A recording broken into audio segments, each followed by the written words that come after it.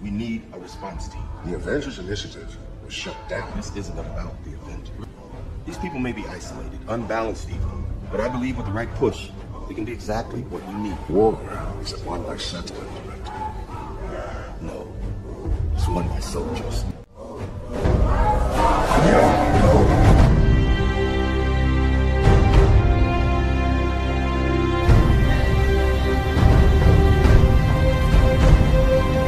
Right now, every single one of you out there, have a chance to be a part of the greatest organization the NFL has ever seen, the Dallas Cowboys. And you are fans of a championship football team. And what do? You blog. You blog so hard that you're running up and down the internet all night long. If it's 4 o'clock in the morning and you got to get another story out, you blog. You know why? Because you know more about your team than anybody else. There is 32 teams in the league.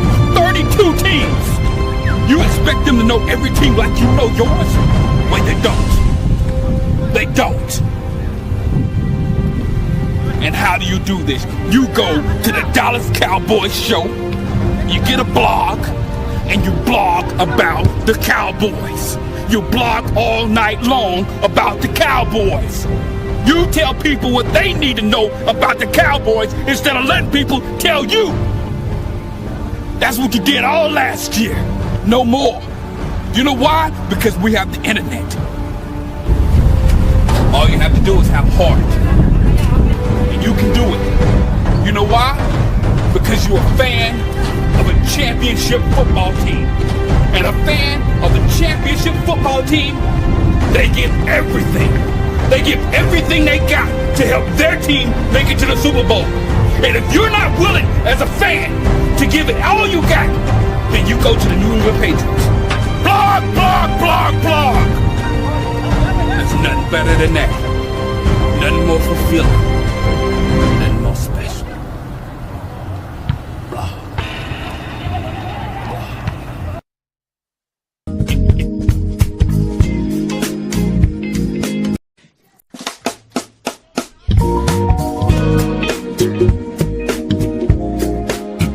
Yes, Cowboys Nation.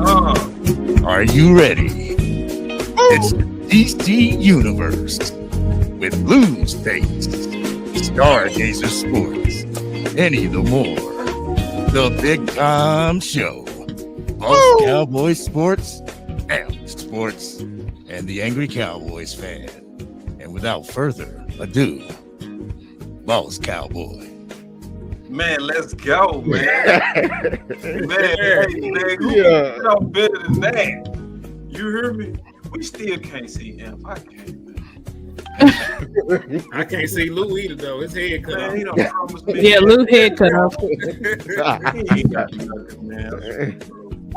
In the building, Shiesty's ready. There you go. There you go. Oh, Shiesty. See, that's why he had his video on, because he feeling shiesty. Yes, indeed, man. Getting ready to kick it off. I'm so excited, man. Training camp getting ready to kick off. I think that, let me just say it straight up. Take out my crop. This is the deal. I want to kick it off with what it's about to me. Let's go. He was big for us, but again, it speaks to competition. We're trying to create competition at every level. What makes Dak Prescott better? Joe Milton. What makes CeeDee Lamb better? George Pickens. What makes Jaden Blue better? Having Javonte Williams. And so I think as you look at what we're doing, Jerry and Steven and Will have done an incredible job of creating that competition across the board. So, I noticed something for the first time. For the first time, I noticed that basically Schottenheimer used all the free agents to say they get the drafted guys better. Because he said Joe Milton makes Dak better. He said George Pickens makes CeeDee Lamb better. Then if you still think it's a coincidence, he said the vet Williams makes Blue better. You telling me he not fighting against the Our Guys philosophy? You Sons tell him versus Bastards live in the flesh. that's right. Go ahead and elaborate on that, Em. Man, Then what's we'll get good, to it. people? What's good, people? What's good? Hey, your boy is back. Amp is on the scene. Hey, guess what, y'all? Your team today, they did something. They did what a lot of women call getting flued out. They done flued out the Oxnard. You know what I'm saying? They in the building. Practice starts what? Tuesday? Now, in regards to what Shawty said, he mentioned the bastard in reference to making the son better in all aspects. Everywhere you heard, a bastard is about making a son better, loud and clear. So what Shawty is simply saying is, hey y'all, I know you might have had your favorites, but I'm in the building. I need the best guys available. I don't care who you had last year, what they were doing, what area code, what zip code they were in. I don't care how well they performed. It's about the competition, and it's about the competition starting now. Because the only way for us to get better, the only way for us to compete in our division, the only way for us to be back into the playoffs, to try and make it to a conference championship, to win a Super Bowl, as Tyler Smith just said on a notification I saw on my phone not long ago. For all of that to happen, we need competition. Because when we compete against one another, it makes us better internally for the external competition. Y'all got it. Yeah, real talk. When you're competing against your team, that makes you want to compete all the time, and that makes you hate losing. And that's a passion that you want to bring into that game. You just hate losing. You want to hit that field knowing that you're gonna win. Yeah, and the main thing is he been preaching this, man. If you've been preaching this whole time that there are going to be winners and losers, y'all been having mock games every day. Y'all been having vets come in talking about that competition is the central theme. This is where the rubber meets the road now. Because see, let's just be all honest, and then I'm gonna pass it to you, Star. We know that this team favors drafted guys. So Shotty's central theme is getting ready to get tested, Star. Henny? Yep, 100%. And this is why I said on one of my recent shows, I was like, Shotty, this is where the test really starts for him. Yep. Because, all off season, before we were actually, seriously touching grass, I know we had OTAs and minicamp, but before then, it's like, you won people over just by words, you know what I'm saying? Because that's how he's pretty much won everybody over, by words, by saying, compete every day, telling people all the stuff that we doing and all of this stuff. But it's like now we're heading in a territory where people don't give a damn about words. Ooh. Because once September comes, people are going to be looking to Shotty to win. Ooh. And nobody is going to care.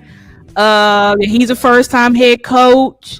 I know Jerry and Steven, they like, you beat on the table for Booker, we gave you Booker. You beat on the table for Pickens, we gave you Pickens. So they're going to be looking at Shotty for results. So it's like, if you actually want the results that you want, Shotty, then you're going to have to fight to the death to get every player on the field that you feel like deserves to be on that field. Right. Because Jerry and Steven, they staying out of the spotlight and they chilling now. But now it's time to start building that roster out. And they have their particular ideas on who they want to be starting or who they want to be on the roster. So, it's going to be up to Shotty, just like he fought for Booker, just like you fought for Pickens, just like you were fighting for this competitive culture. You're going to have to. This is the time is now to keep that up, because this team has been suffering from, it hasn't been the best guy been on the field. It's been the draft picks or the money or whatever. But it's like, if we're really trying to do something different, we're really going to have to build that true competitive nature. But that's not really Jerry and Steven's way. That's why Shotty really is, he gonna have his work cut out for sure. I agree with that. I was just gonna say, man, like there's been a lot of lip service up to this point. You know, he talks about competition. He talks about, you know, wanting to have folks push each other every day. We'll find that out if this, you know, if it's just all talk or if we really about that the moment the training camp kicks off. And listen, we'll have real unbiased content creators there with their eyes on these players. So if Jadon Blue is running with the ones, but Jadon Blue was in practice putting the ball on the floor, or he ain't seeing the field good, he out there getting burned over folks that are actually playing well, they will know that. You know, if Elam, you know, they brought in Elam, you know, they traded for the boy. If he's out there, he getting cooked, but you know, they still got him in over guys that are actually producing, we'll know that. So in the old days, man, they guys are the ones who played regardless of what happened. Regardless of how you played in preseason, regardless of how you played in training camp, if you were one of their guys, you were going to see the field. And we can't have that if we want to actually be successful this year, man. And honestly, Schottenheimer cannot afford that. Go back and look at the track record for the first-time head coaches in Dallas. Most of them don't have winning records. Mike McCarthy not have a winning record. Jason Garrett ain't have no winning record. I don't even think our boy, what's my boy that won all the championships here, man? My mind going blank. Jimmy Johnson. Yeah, Jimmy Johnson ain't had no damn winning record year one. So Schottenheimer is going up against, you know, a very insurmountable hill, and you can't be out here playing politics and trying to win football games. Let the best people play. You already got a tough schedule. You got a whole bunch of shit stacked against you. You can't go out here, you know, playing favors or playing politics. You're going to have to get the best player to play on the field, man.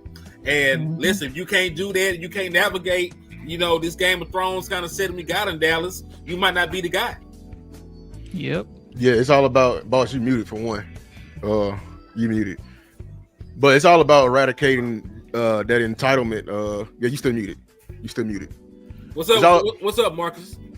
It's all about eradicating that entitlement spirit we got here in Dallas. Yeah. That's what's mainly been killing us over these years. That we've been just having guys that have been, you know, the predetermined outcomes, and we need to get that out of the Cowboy spirit. And how you do that, you creating this competition out, you know, this outlook, even for guys that think they think their spot is, you know, secure. You empower the guy behind them. Yeah, Blue, you had that article came out, and when we saw your butt hurt and all that like that, but guess what? I'm gonna let you know this right now. I'm gonna be watching in camp. If you think Deuce is gonna go out here in this camp and knife out his ass off to make you look bad, you got another thing coming. So, and then I don't care if Steven and Jerry are having predetermined outcomes. One thing that's gonna be there to hedge the protection is embarrassment. It ain't nothing like getting embarrassed in front of your brothers. I'm gonna tell you that right now. Because coach be like, hey, he coming for your job, and if he pancake you, we running that all throughout 1-2 film. Yeah, there we go. You're back. There you go. We running through that all throughout film over and over again, because at the end of the day, you got embarrassed by the guy behind you.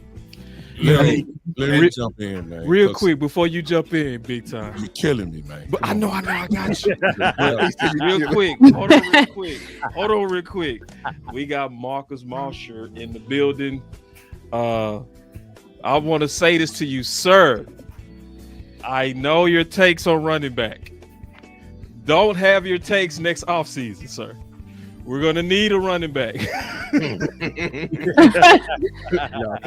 So, Marcus, take the offseason off and don't say shit about running back. He said, are we talking Jadon Blue? Yes. Real quick. And we should. And that story broke from his podcast. So this is gonna be very, very interesting. But go ahead, big time. I know you're ready to jump in. Let's go. Not because I want to add some revolutionary to the discussion. Look, I'm the oldest person on here. Can I take all this stuff off my face? Yes, man, take that. You should be taking off in summertime, man. You got big time. Listen, we got big time in the shot. We got the prop effect. Okay, the prop effect. Big time gonna be no time if y'all let me keep Man, this. I couldn't even breathe. Lord Man. almighty. Let me say this real quick, and then we can move on. Everybody's point is clear, but if you've been a member of the Cowboy family for however how long, listen, this is the time when Jerry and Steven, when they bring in a new coach, this is the time when they won't let the coach bring his own way. They always have to put something in of theirs that may not necessarily be in the head coach's repertoire. So my whole thing is this right here. Listen, if you're going to give this kid a chance, Coach Shotton, I don't know why I'm saying this kid, he's a veteran coach. Let him implement his own system, whether you feel it's right or wrong. Get out of the way, bottom line. Just get out of the way. We already know he's going to bring in competition, something that's never been done before. It seems like everything's going to be competitive as of now. That's something that we need. Nobody is entitled. I think that's a good word, entitlement. Nobody has entitlement right now. Get out of the way. Let these coaches do what they do. You done tried it your way for so long. You done had these finesse coaches in here. Seem like you done brought in some physical guys. Y'all don't know nothing about physicalness. Let these guys go to work. The guys that were physical, you fired them. You took away Jimmy. You took away Parcells.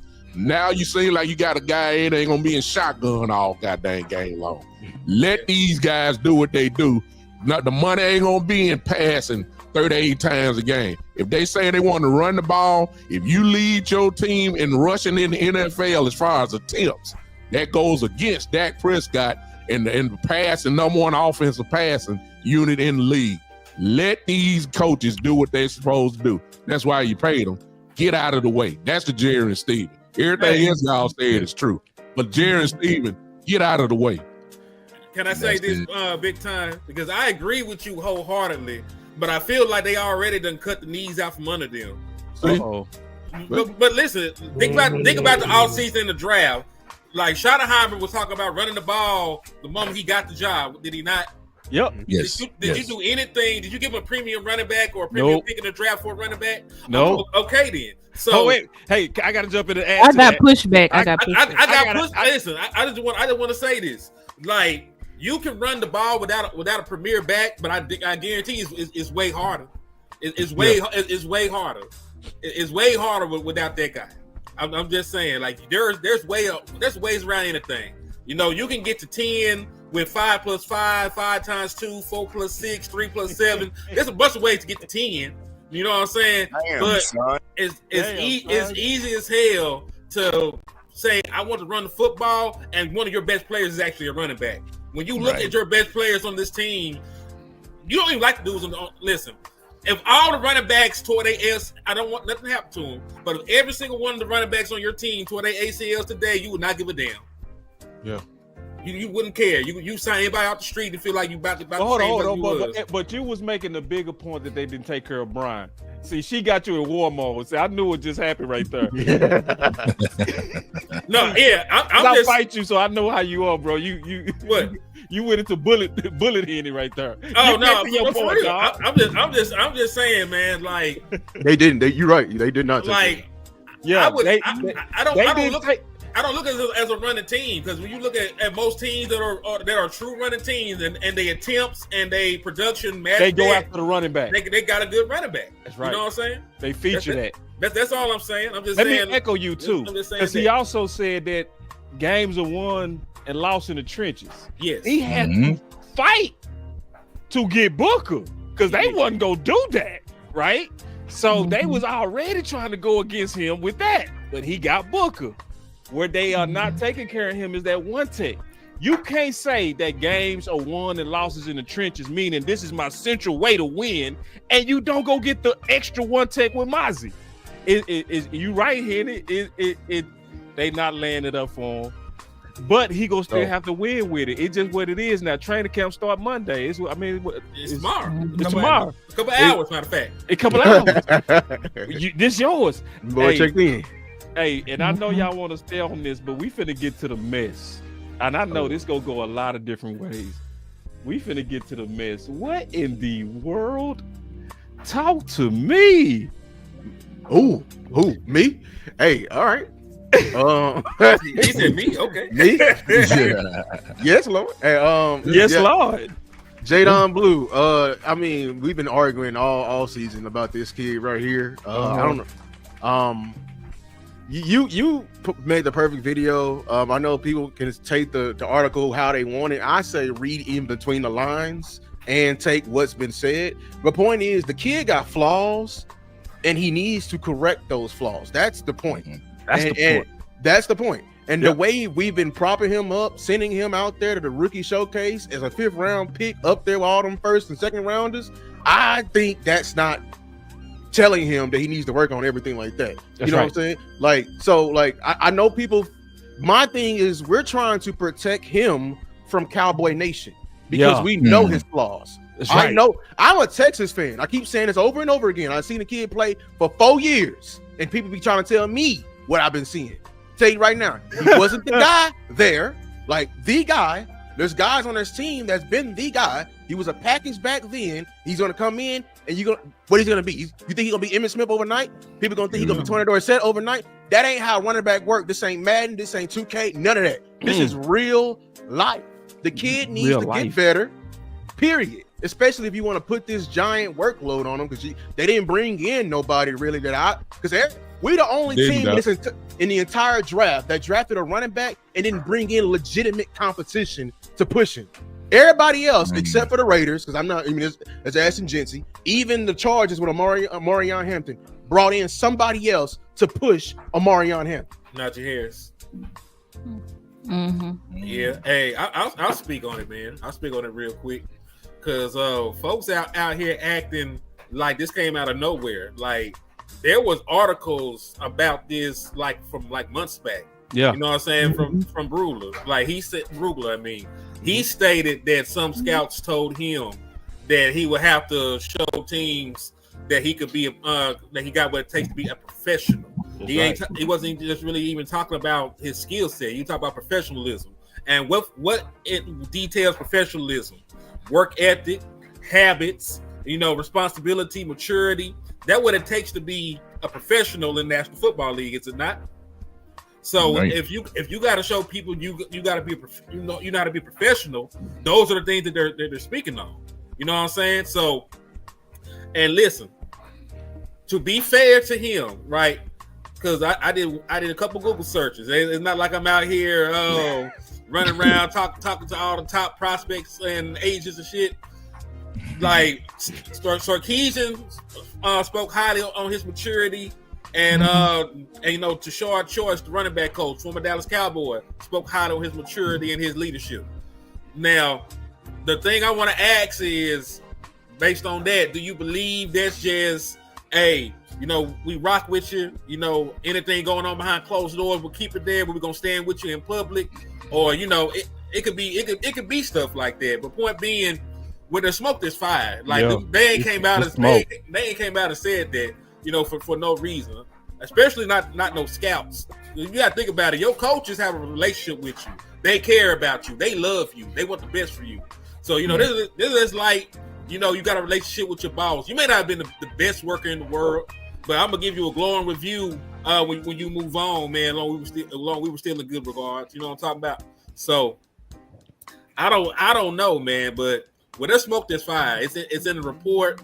That man, I don't think the man is hurting that much to have to make up a story to get clicks and views. I hope not. And he ain't got no YouTube channel. That's what I'm saying. See, because that it don't make sense, because it's like what they doing is I call it a mama syndrome. It's a reason why single mamas be having real bad statistics with boys. It's true across all colors, and because you baby them, and that's what's honestly going on. So I say this, regardless of if it's true or not, it's good for him. It don't matter how much you try to baby it don't matter how much you try to baby a young man, he still gonna have to end up being grown. I'm sorry. And listen, let's talk about what's grown in Dallas. And grown, they gonna loan you in Dallas. There you go. Diggs had 11 interceptions and they made it sound trash.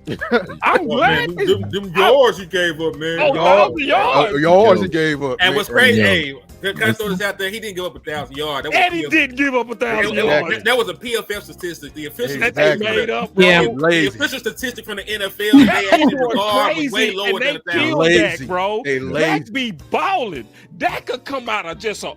It's like I see because I'm a man. I talk to Blue like this and say, Blue, welcome to Dallas, bro. There you go. I'm glad. I'm done. I'm You glad. taking my words out of my mouth, I'm boss. glad Thank you're going into training camp Yeah. knowing what's really getting ready to happen to your name, dog. So Now- listen, this is the place you got to cross your T's and dot your I's. Yeah. This is the place, dog. Let me Because- jump right in on Go. Buffalo. Just took the words out of my mouth. Listen, this is not the Jacksonville Jaguars. Right. This is the Dallas Cowboys, where you go to the bathroom, you're Hit gonna that be one again, dog. scrutinized. You're gonna be scrutinized if you jump out your car wrong. It's just if you burp wrong, you're gonna get Welcome to scrutinized. Then number two, I'm happy that it happened now. Yes. Because what is going to happen if he is lazy, if he is trash, whatever, he coming in with a chip on his shoulder starting tomorrow. And he's in a room with what I call, I don't know what y'all feel about it, but it's a collection of a bunch of number 2 running backs. That's what it is to me.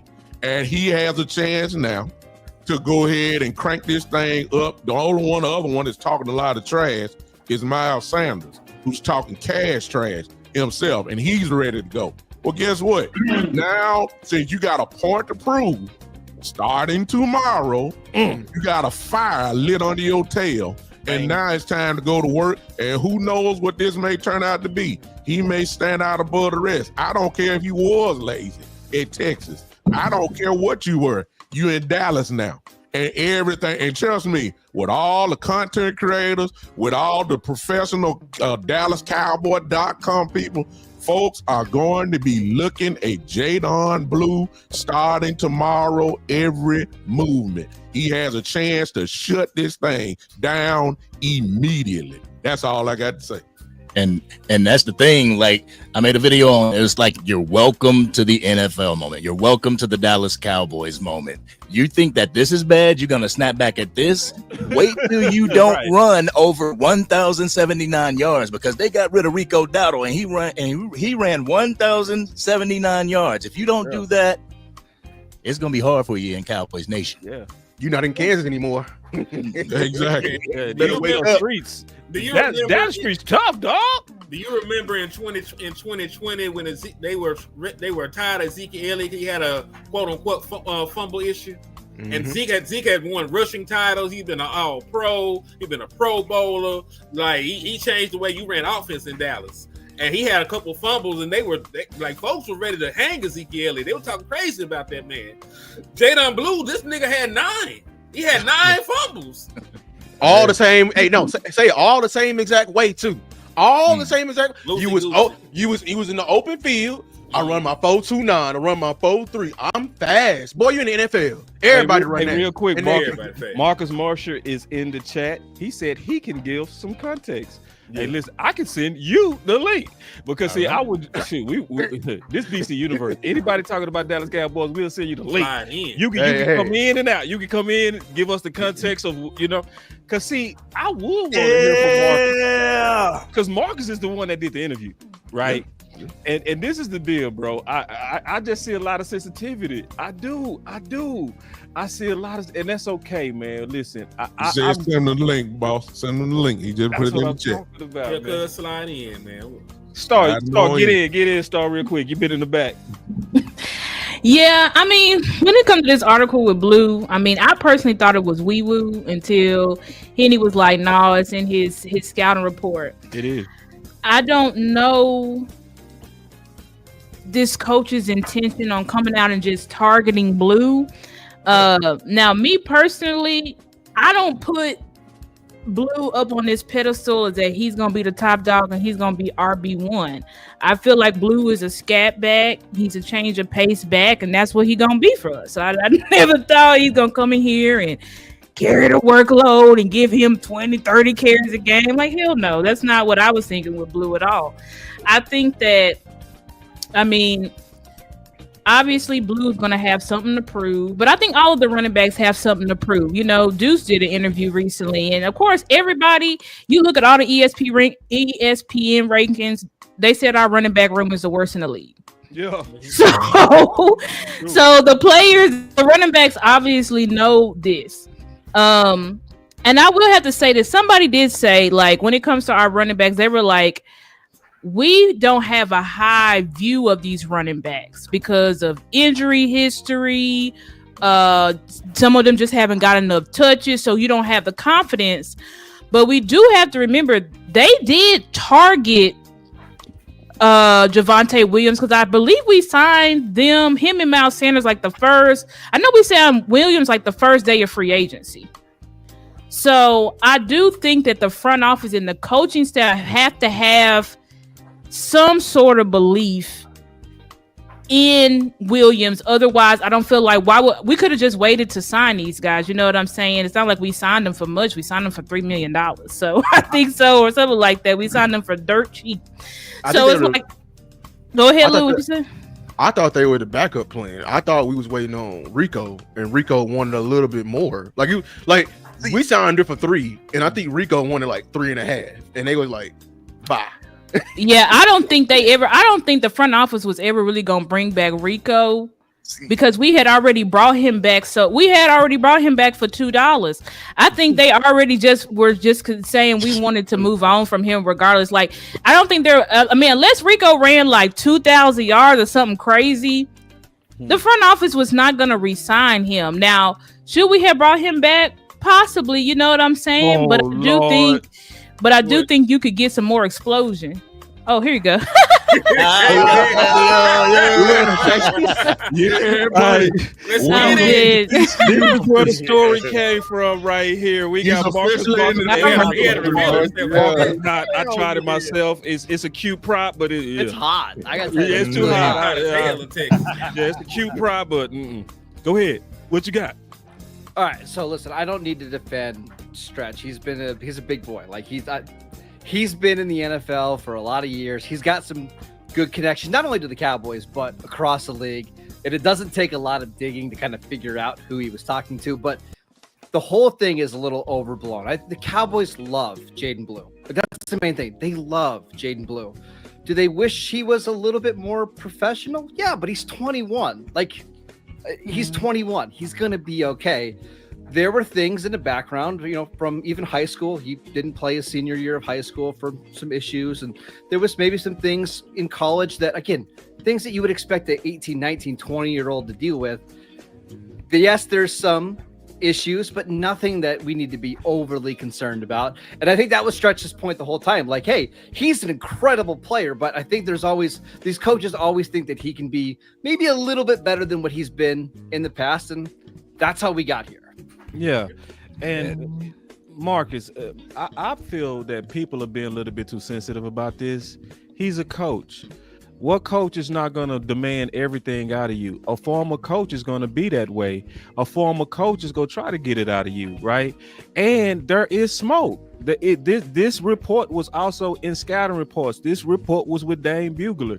So if you have a lot of people saying there could be some professional issues that need to get better, why not just communicate that to the man so that he can do it? Yeah, and we should mention Brian Broaddus this morning confirmed it. He said that the player has had his fair share of problems. There are plenty of scouts and coaches and teammates who'll tell you the same thing, but the Cowboys still really like him. I think that's the thing I just want to emphasize is the Cowboys are very excited. They acknowledge that he's not there yet, but they're excited about what he can be, and they're excited to see what he looks like in camp. So that's all I had to say. This is not a hit piece on Jaden Blue or anything like that. They're very excited about him. And do this. Go ahead and plug your channel because you do good work. Yeah, it's Lots of the Cowboys 5 days a Before week. you say it though, real quick, I do want to say I personally do not like your takes on running back. If I meet you personally, I'm going to tackle you and I'm going to take your kneecaps out. I'm just telling you that to your face. Well, that's fine. I can't stand your takes. Do not participate next year. So listen, I'm kind of with you on the running back. Like, I'm not saying they need to like draft one first round, but can we get like a Travion Henderson in the second round, like something like that to get us excited? That's all. That's all. Marcus, but this is what I'm afraid of you, man. Because see, you still fight against running backs in the first. Yeah, of course. I always will. I'll take it to my grave. You can't do that, Mark. See, and listen. You came to we all in the pit, so we'll fight you over here. We're not that nice. Yeah, so that's right. But this is the deal, Marcus. I never understood the running back never in the first, but tight ends in the first. Because tight ends have a way worse track record, Marcus. Well, I don't think you're wrong, to be fair. I don't think you should probably take tight ends in the first round either. So let's just avoid those positions. You know, the other position you avoid the first round is guard. Marcus, why can't it be there's exceptions to every position? Why can't it be that? Yeah. Why Can I can't it ask be- this, though? Because I always want to debate Marcus on this. Yeah, So I got he one walked question, in. Mark. I got one question. Why does positional value exist? Like, so I understand, like, for safety is one example.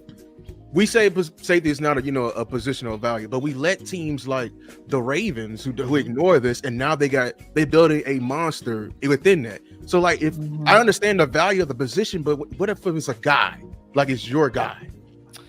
First of all, that's a really good question. I think we could do an hour show on why positional value maybe matters and why it doesn't. But generally, if you're looking at the top positions, quarterback, wide receiver, tackle, pass rusher, corners, those guys just don't become available like in free agency very often. Like, who's the last great receiver to be on the open market? It just doesn't happen very often, where you can get running backs like a Saquon Barkley, Derrick Henry in the open market. You can get a really good guard. That's the main reason for it, because most teams aren't letting franchise wide receivers walk. Left tackle either. Yeah, Left, especially same thing, receiver. yes. But see, Let me push back. Let me push back real quick, boss. I'm gonna say this. we gonna fight you today, Marcus. You should I'm have. gonna say this. I would take that if Jerry and Steven had a vested interest in bigging up that position. Yes, I agree. That's the only pushback. Which is a very, very fair pushback. And I think we should mention positional value does change from team to team. There are teams that just value other positions more. They might value off-ball linebacker as much as they do corner. I think the Ravens really value safeties because of all the different things you can do on your defense. So it does depend a little bit team to team, but generally those are the 5 positions that most teams value more than the other spots. Yo, I had a question for you though, Marcus, and this is really about us.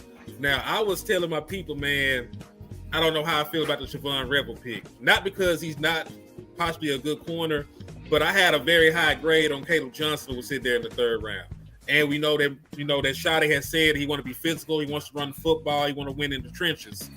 Would you personally, it ain't gotta be anything else, would you personally have switched those picks? Would you have took Caleb Johnson, or are you okay with how we're doing running back right now? Well, it's tough because I think in the 3rd, I would have loved to see the Cowboys draft a running back, but I don't think they like Caleb Johnson that much because he was a wide zone runner, and they're just going to be running a lot more gap and power stuff. And I think they had concerns about what Scheme that fit. would look like in the offense. It's a scheme fit, but if you told me 3rd round, that's where you were going to draft your guy, I'm perfectly fine with that. That's not a big deal to me at all. Gotcha. Okay. Marcus, thank you. Plug Of your course, channel. anytime. Thanks for having me on, guys. Hey, what's plug your channels again, cuz? Yeah, it's Locked On Cowboys 5 days a week. We have a squad show with Stretch Smith 2 days a week. Please check them out. You can follow me on Twitter at Marcus_Mosier. I promise I like Jaden Blue. That's the last thing. Gotta beat up a man podcast. He gotta come in here and say it 18 times. All right, Real thank you, quick, Marcus. before you get up out of here, what does your running back room look like as the 53-man roster? I'm gonna go Miles Sanders, Jaden Blue, Hunter Lipke, and a guy that we trade for September 1st. How's that? So no Javante. Ooh. No Javante. That's interesting. I think it's gonna be Miles. We'll see. Okay. That's interesting. All right. Very Thanks, interesting. That's very Appreciate you, bro. And that's a perfect example of the universe. That happens in the universe. You got Yo, different extra people true. from different. They saw that bat signal. Yeah, it's a bad signal. Like, so we can send links to different people out there. So we got it from the horse's mouth. No, right? Super Gave dope. us more insight on it. Yeah, That's what I'm saying, JT. No Deuce. I'm sorry, but I may be in the minority, but I'm rooting for Deuce. No, I'm with you. I'm still here. This fan club, we still living. I'm with you when you're right. Let Oh, it yeah, go. Deuce. Let it go. I will We be don't saying let it go. Why we gonna let it go? we gonna That do man ain't tomorrow. You can't do that. Sponsors. He ain't got no Let the sponsors. fans come on. Don't shoot him now, He dog. got Connor Riley. He got Connor Riley and BB. He got. That's what I'm saying. He got sponsors. That's beautiful. We can Man, never Law get Nation with the raid. What up, boy? You know, they don't respect dudes. They just call him Little Legs. Little now that and Hit it started If- saying Hit it. if he was just Hit moving it on started- to- started Little LL. LL. Yeah. He talking about Baby C. For C. Hey. Carson, Baby C. Talking about scheme fit. He may be the only gap scheme runner we got. I'm Call like, that hey, boy DF Goodrich. I wish that he Williams is gap scheme too. I wish he wasn't 5'5". Man, no, we ain't doing No, that, Williams- bro. Williams is Oh my We ain't god. doing that, bro. Williams we, is zone runner. we not body shaming over here. Williams is a zone runner. I'm not body shaming him. Remember? He is a zone runner. Nah, I just wanted to put pressure on you, bro. Williams is a zone runner. Why did we use get him? That don't fit the team at I all. just used the carrying way to get you to stop talking about it. Pressure makes diamonds, cuz. Let's Say get that to again. listen, man. I'm But all about wasn't the he in mess the zone today. scheme? I'm all about the mess today. Did y'all? Because I still want to say one more thing about Blue, but I'm gonna move off of Blue. No, do it. No. Say it. Say it. They listen. They already said the shit is true, so that's all I care about. You can word it a very politically correct Now, way. I just say you this, know. man. Like it's just like this, man. It's a reason why Tyron Smith was really working hard when he got here. Not Tyron, Tyler Smith. You remember they were showing all them videos of him and he was having all them grips and stuff he was doing to keep his elbows in. Why? Because Cowboy Nation was on his ass over them holding calls. Holding calls. You play the toe, so you're gonna get toe up. Listen, I was guilty of See, that. am I preaching the what, Henry? Did I just say the truth or what? It You was the feel me? truth. It's the truth. It was the truth. So Listen, that's I my whole shamed point on Pete. Blue. I was mad at the pig. And guess what? We ended up with a very good guard. Now, you know, he did get Dak Prescott hand broke first game of the season, but that's neither here nor there. He done made up for that tenfold. And listen, I ain't even talking about him being good or not. I was talking about more so that he got to work on his weaknesses because we was loud about it. We did the opposite on Blue. We told Blue, man, we ain't worried about your non-phone. We cool with that, man. Ain't got no problem with that. No, Hey, your pass protection, hey, man. Say you finna be Tony Dorsett, dog. What? So it's like, nah. Tony the second pass block. So Dorsett can run in between my tackles. point is this, man. Cowboy Nation. Not like that. I appreciate you having his back, but make sure it's not in the spirit of a mama bear. Make sure it's in the spirit, man. Make sure it's in the spirit of brother to brother love and man to man love. We tell each other straight with no chasers. That's what men do. All I'm saying is don't try to go in there and be the next Tony Dorsett. Don't try to go in there and be the next Alvin Kamara. Go in there and be the first Jadon Blue. Look at this. Go in there. Don't try to be somebody and be somebody. You say what? Those are so funny. Zero Jones, boss, it don't work on me. Here with the red line. Yeah, y'all some nuts, man. All right. It really don't work on that, man. Let's get into it though, man. I can't wait to talk about this. Ooh, Trayvon Diggs, what you doing, dog? My boy Trayvon Diggs. Trayvon Diggs teasing a new episode dropping soon titled "The Truth Behind My Injury." Ooh. There's a lot of narratives around it, though. There's a lot of narratives around it that may not be Diggs' truth. So let's see it. So like I gotta go listen, man, because you know this got me going. So I'm gonna say this, man. And I already did a video on this. Dallas, don't drop the ball on this, man. I understand it from your side, I understand it from his side. You want your mechanics to inspect your asset. I get it. It makes sense too. You paid them people, you vetted them people, right? You trust those people's opinions. They are also very expensive. So you don't want nobody going to use their outside guy, right? I get it. But then also I get it from his standpoint. A bunch of players been saying that you're understaffed. A bunch of players been saying This outside Diggs. It's a bunch of people been saying that they don't feel like you got enough in the building. It might not be the quality, it might be the quantity. You might need to pay some more. And if they don't feel comfortable putting their car in your garage with your mechanics, I can see it from his standpoint too. So I just say this, man. Don't do the Luka. Don't do the Tom Brady. Don't do it. Don't do it. Don't get caught up in the technical side and I'm paying this guy and all this kind of stuff. Do you trust that athlete to be professional enough to be ready or not? What's your thoughts on that, man? Who ain't said nothing in a minute, man? Let's be big time. I ain't heard from you.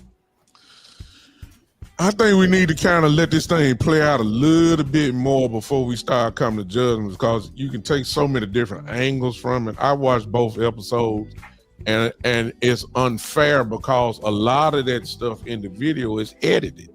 We didn't see everything. I mean, we saw only what Trayvon wanted to show, but the main thing out of that was that, you know, he's showing that he's working. That's the bottom line. He's working. It may not be to the standard of what the Dallas Cowboys want, but he's working. He's obviously in good shape. He showed a little bit at the end, if you saw when him and Michael Parsons did that sprint. Now, I know as a DB, you got to do more than run a straight line. You got to do cuts and all that. But he's running pretty fast to me. It looked like he's looking pretty good. Don't know if he's ready for contact. Don't know if he's ready to cut and all that type of stuff. But they got to see that. Now, from the other side of the coin, from the Cowboys thing, I think it's just a matter of being in control. That's really what it's all about. And seeing these. That's Luka. That's Luka part two. And when you enter in the fact that we're talking about a Jerry Jones who wants to be in control, like he J.R. Ewing or somebody. You know what I'm saying? That type of control. J.R. Ewing. Yeah, y'all will be too young to know that. Yeah. But that type of control freak. And if he don't have it, then he'll start fining you to death. Nobody else got fines and all that. Now you want to put out, it's gonna be some fines, $500,000, and all that type of stuff. So it's kind of like the stance that the Cowboys are taking. You said it, Jerry. I mean, boss. It's kind of like they're saying, look, you're on the contract. You're our employee. I'm the employer. You need to be here. You don't need to be over there. That's not part of the deal. But it's really not a part of the deal because it's not in contract. These guys can get outside help. But just to see, I found something, and maybe I'm reading into it too much, but I did see something at the end, the family and friends thing, that I think that a dream that both of these guys have is slowly but surely starting to take a piece, and maybe I'm reading too in. If you look at the last episode, the last piece was him and his brother trading the dumbbells. And their dream, ladies and gentlemen, is to play together. Mm-hmm. That's all I'm gonna say. What better way than to get it back with your brother is unless you get out of Dallas first. Because your brother ain't going nowhere. He just signed somewhere. I'm just saying, maybe I'm reading too much into it, but I do know that that's both of their dreams. They had a chance, but Dallas didn't want Stephon. That's fine. Trayvon, get out of here and go on somewhere else. I'm just saying, keep that in mind. I'll say this, man, because I was telling boss, and then we're going to Amp. All right, that's Gucci, man. I'm gonna let my boy eat. So I have a theory that if you draft somebody with a similar player comp as somebody already on your team, Lord. You know that dude is gone. Yes, you drafted Marshawn Nealon, his player comp coming out of Western Michigan. Man, why you say that? Was the Marcus Lawrence. And the Marcus true, Lawrence. Why you say that? You drafted Siobhan Revel. One of his many player comps was Trayvon Diggs. And guess what? Hey, take a look at Trayvon Diggs' contract. The potential out for his contract is actually this year. That's right. But no, Henry, we ain't doing that. But hold on, let me finish. You right, but Henry, we ain't putting that in the earth, dog. What you doing? Let me finish my train of thought, and I'll let you go. Because listen, man, I know what I'm you're saying. I'm gonna fight you some kind of way every show, dog. Because listen, it's not a fight. Because this is not what I want. Yeah. Like I don't want this. Because listen, It's just facts of how they move. There's a bizarre world where you don't have to Ron Bland or Trayvon Diggs next year. Talk. Because think about it. The Ron Bland, is able to get a max contract. This is the final year of his deal. And you can say what you want, but guess what his numbers was compared to the former defensive player of the year in 2023, the last time that they both played a full season. Pat Surtain was 1 touchdown and 1 yard better than Ron Bland. He gave the Ron Bland gave up 4 touchdowns. Pat Surtain gave up 3. The Ron Bland gave up 661 yards. Pat Surtain gave up 660 even. So guess what? His numbers stack up against the former defensive player of the year. He got more interceptions than all them boys. He's an all-pro. And J.C. Horn, who gave up 6 touchdowns last year and still got a max contract, the Ron Bland ain't never did that. I know that for a fact. The Ron Bland. So I'm just saying, when you talk about all the guys at the top, all the guys at the top getting paid, his people go, I got a better resume. And guess what? Jerry Jones is not trying to pay a corner $31 million a year. Trayvon Diggs, we know, in Dallas, you can not be a Dallas Cowboy for non-football reasons. Because Amari Cooper, with plenty of time left on his contract, got exodus right out of Dallas over a COVID shot that you don't even need no more. So guess what? If you go against the grain, like Jerry Jones will get you out of here. If you want too much money than what he want to pay you, Jerry Jones will get you out of here. It's not that. It's not the money. And listen, it's the principle. Yeah, it's the principle. It is the principle. It's the principle. It's It would be the principle. But that would be dumb again. That's why we say don't do Luka. Don't do Luka. Let's not forget who Trayvon Diggs is either too. Let's not forget that DJ Moore got dealt with. Evans got dealt with. Chase got dealt with twice. AJ Brown. Justin Jefferson. We talking about never had a good game against number 1 lockdown corner. He's like that. But this is the thing. Like when Jerry Jones pays you and then you start getting injured, he look at you sideways. I got something for that. I got something for that. What you mean you hurt? I got hurt. Gotta shoot that up. I'm back. Got something for that. Hey, you seen Django when the slave tried to escape? He said, "Man," I said, "I paid for 3 fights out you." He said, "You only gave me 2." Give me 2. He said, I won the last one. He said it was a little shaky. Let Amp in there, man. Let Amp in there, bro. I don't like you, man. Henny, I hated you right now, for real. Even though what you said was true, like you didn't have to say it. Yes, he did. Go ahead, Amp. This boy, man, I hate this for multiple reasons. And to be honest, I hate it for personal reasons, because on this left knee right here, I got a pretty long scar, okay? I hurt that knee on my job. Almost 2 years ago, actually a little over 2, still going to PT, still going to see my work comp doctors, and I tweaked it a couple of months ago. So bad to where I needed immediate care. Okay. Work comp wasn't available. It was kind of a after hours situation, and it was a Friday. You know what that means in the medical field, right? Yeah. Okay. So went to a little urgent care. They x-rayed me, looked at it or whatever, and they said, yeah, we need to take another look at this because we believe you may have torn your tendon again. I'm like, bro, come on. So I go to my work comp doctor, and work comp is telling me, hey, everything's good, you're all right, you're gonna be okay. And I'm like, but these other medical professionals told me that they need to take another look and schedule an MRI. What pissed me off is y'all are supposed to be looking after me. You're supposed to be caring for me. I'm your employee. I hurt myself on the job, and you telling me, are you okay? The devil is a liar.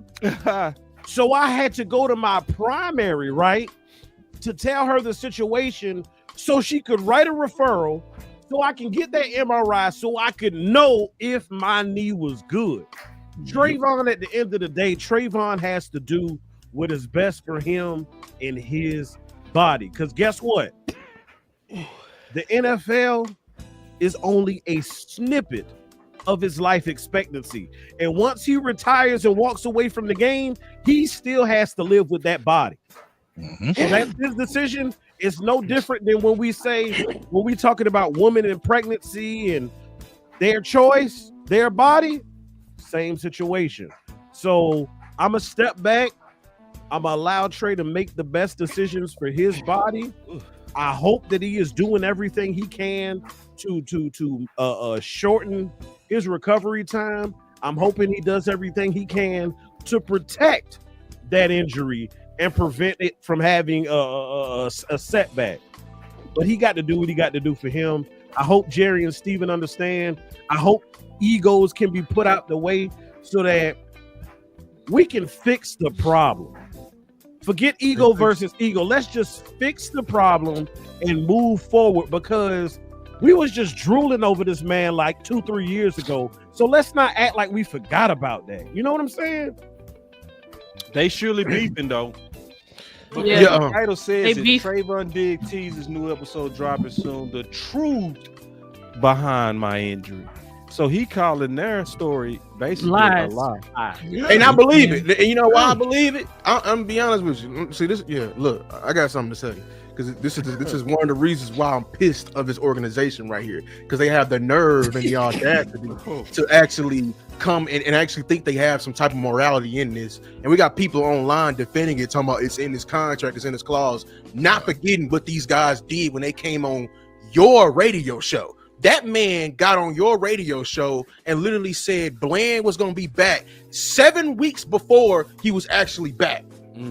What does that tell me? That's just one instance of them rushing people back. Gallup too. Gallup That's what they too. do. That's Gallup what they do. Gallup was never right. Yeah. Gallup was never right. Again. With it. So if you formally believe that, that's what pisses me off. We got numerous of examples. I got my own personal story. I transferred from Arkansas Pine Bluff, to a bigger school at Sam Houston, and I was a preferred walk-on. And they had it's a roster. I'm in line to get my scholarship. I was friends with the guy at the top. He was the all-decade, all that team. Before I got there, he hurt his knee, and what they were doing was continue to shoot him up and continue to send him back out there. The guy ended up getting nerve damage, and he has a forever limp. And I'm there, he's talking with me. The guy drops out on his last semester of senior year because he was that pissed with the coaches and what they were doing. And I could get mad, but I'm like, no, he's right in this situation. He's effed up forever because they were selfish about wanting him back instead of being worried about him. Now, so Trayvon Diggs, the writing's on the wall. I am with Henny. Get right, because I'm gonna be honest with you, you're not gonna be on the Cowboys no more. Get right so you can get your money. Wait. Yep. I agree. I agree with Lou. I agree with Lou and Henny. Hey, bro, I'm gonna tell you right now, you better jump in. They go hog you. Man,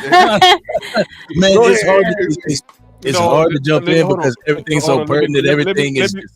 Let's start going. Then I got you. Yeah. You next. Yeah, I think it's unfortunate, but the writing is on the wall for Diggs. I feel like this is what they do. This is what they do. Jerry started attacking you. They done reduced his salary. They are setting it up. They're painting him as the villain. They did this to Amari. This is what they do when they want to get rid of you. They start putting things out there and start getting the fans to be like, well, yeah, he didn't do his rehab right, and he don't know how to take care of it right. This is the first rehab, and they got a problem with him. Now, mind you, Diggs had his worst season last season.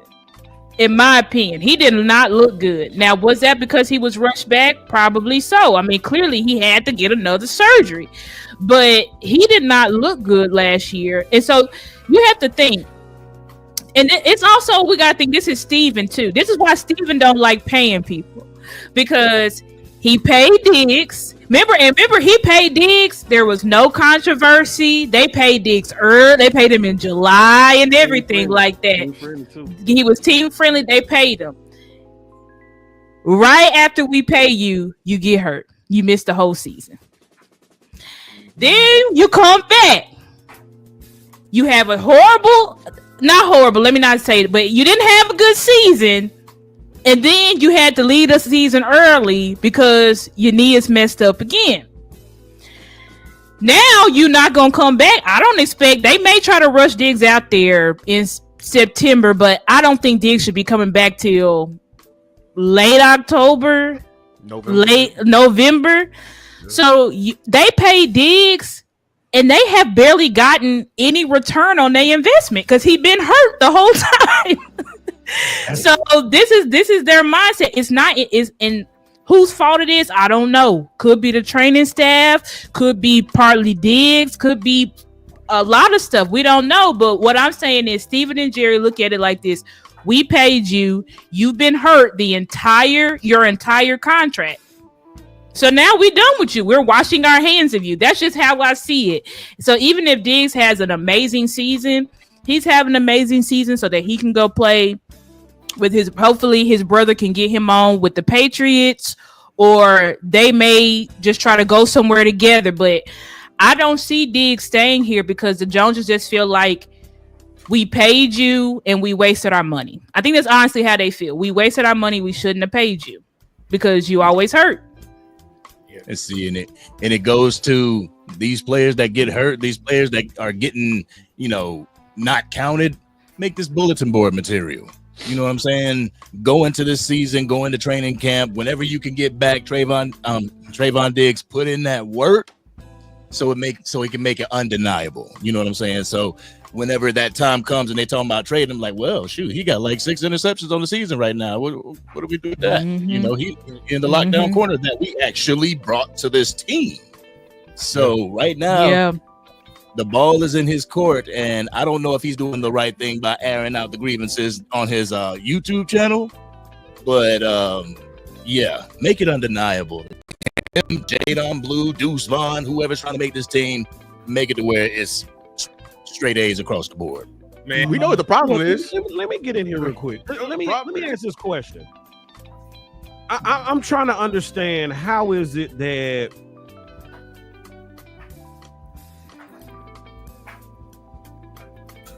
how the hell are we accepting of this damn behavior? Like, how? We talking about we want to make this squad better, right? We talking about we want to compete with Philly. I'm so sick of these damn Super Bowl ring videos, and we sitting here accepting the fact that we're about to just give away a damn generational talent. What are we here for? What do we do this for? Boss, you said you do content for what? To get what? Yeah, rings. So why are we accepting? I ain't accepting that shit. Hey, so I ain't either. They need to increase the budget. We're not accepting it, but this is what the lay down. Oh no, they need to increase the budget. and that damn strength and condition. This is a reflection of that. Because last year the whole team was on IR. There's a saying, because you talk about you don't know if Trayvon Diggs should air his grievances with the with the front office. There's a old saying that I heard. It's not really like an old saying, but it's like something I had read. They said if you're silent about your pain, they'll kill you and say that you enjoyed it. And that what happens with the Dallas Cowboys players here, that they don't say something, because everybody gets a hit piece. Every time something goes wrong, it's a hit piece. Everything bad you ever done in the world is aired out by the Dallas Cowboys. They brought in a contract dispute, and there's supposedly a video of him beating up his mama that actually never surfaced, but there were articles being written about it. Dak Prescott, they were saying he was greedy. They were saying they offered him this amount of money and this and that. He's not a team player. He's not playing ball. He's doing too much. See, like everything. Like they paint everybody as being disgruntled, angry, and me over the team. So he has a platform, he has some money, he has a way to fight back. So Trey, speak your truth. Put it out there. If they lying on you and there's some information that's not true, bring it to light. And Wes said this all the time, man. The truth is like a lion. Once you set it free, it can defend itself. Yeah, this is what my nose feel like it's smelling like. I smell a rat. Of course. That's a rat. That's I it. smell a rat, man. Like, so like the behavior of Trayvon is almost like I ain't dealing with rats. So it's almost like he's retaliating. It's like y'all put this out there on me that y'all didn't like my work ethic. Yeah. Who did that come from?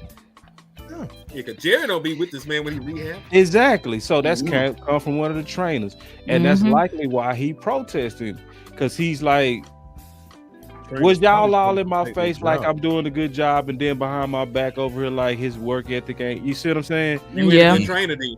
Yeah. Yeah. Or, you know, because see, and then this is the other part of the politics that people got to recognize. You better think that trainers are going to want to protect their jobs. Yep. See, you got to think about the politics of that too. That's all he's doing. So, when I was playing Division I, my friend Jason Parker, a really, really good corner, was smart. I was dumb.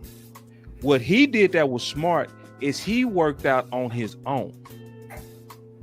He looked at our workout and said, I ain't doing that, because our strength and conditioning coach had us doing Gastons. So we wasn't doing plyometrics and different exercises that build your speed. We was doing Gastons, which tightens up your elastic muscles and you become slower. I did it because I'm following what my coach say. My boy JP was like, I ain't doing it. He went out there and ran 20s, 40s, 60s only. He had his own workout. When he came back from the summer, he was faster and stronger. But guess what my strength and conditioning coach did? He talked bad about him. Talk bad about him. Yeah. Because he was anti his program, which was anti his job security. That's it. This happens. This is the politics. Oh yeah. This is why Brady had problems in New England. This also could have had what happened with Luka. You get them doctors that'll start protecting themselves. Them trainers will start throwing you under the bus because they're really protecting them.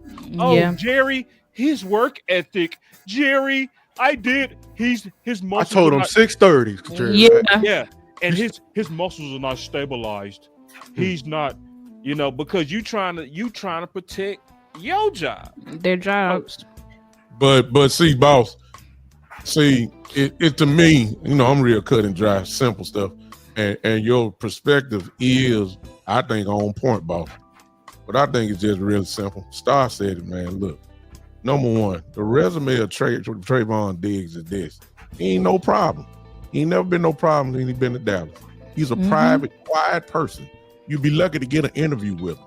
He ain't never heard anything from him until he didn't do what you wanted him to do. And when he didn't do what they wanted him to do, put his name out there. Man. Now all of a sudden he ain't a part of the DC universe. He a part of Thanos' crew. He a villain now.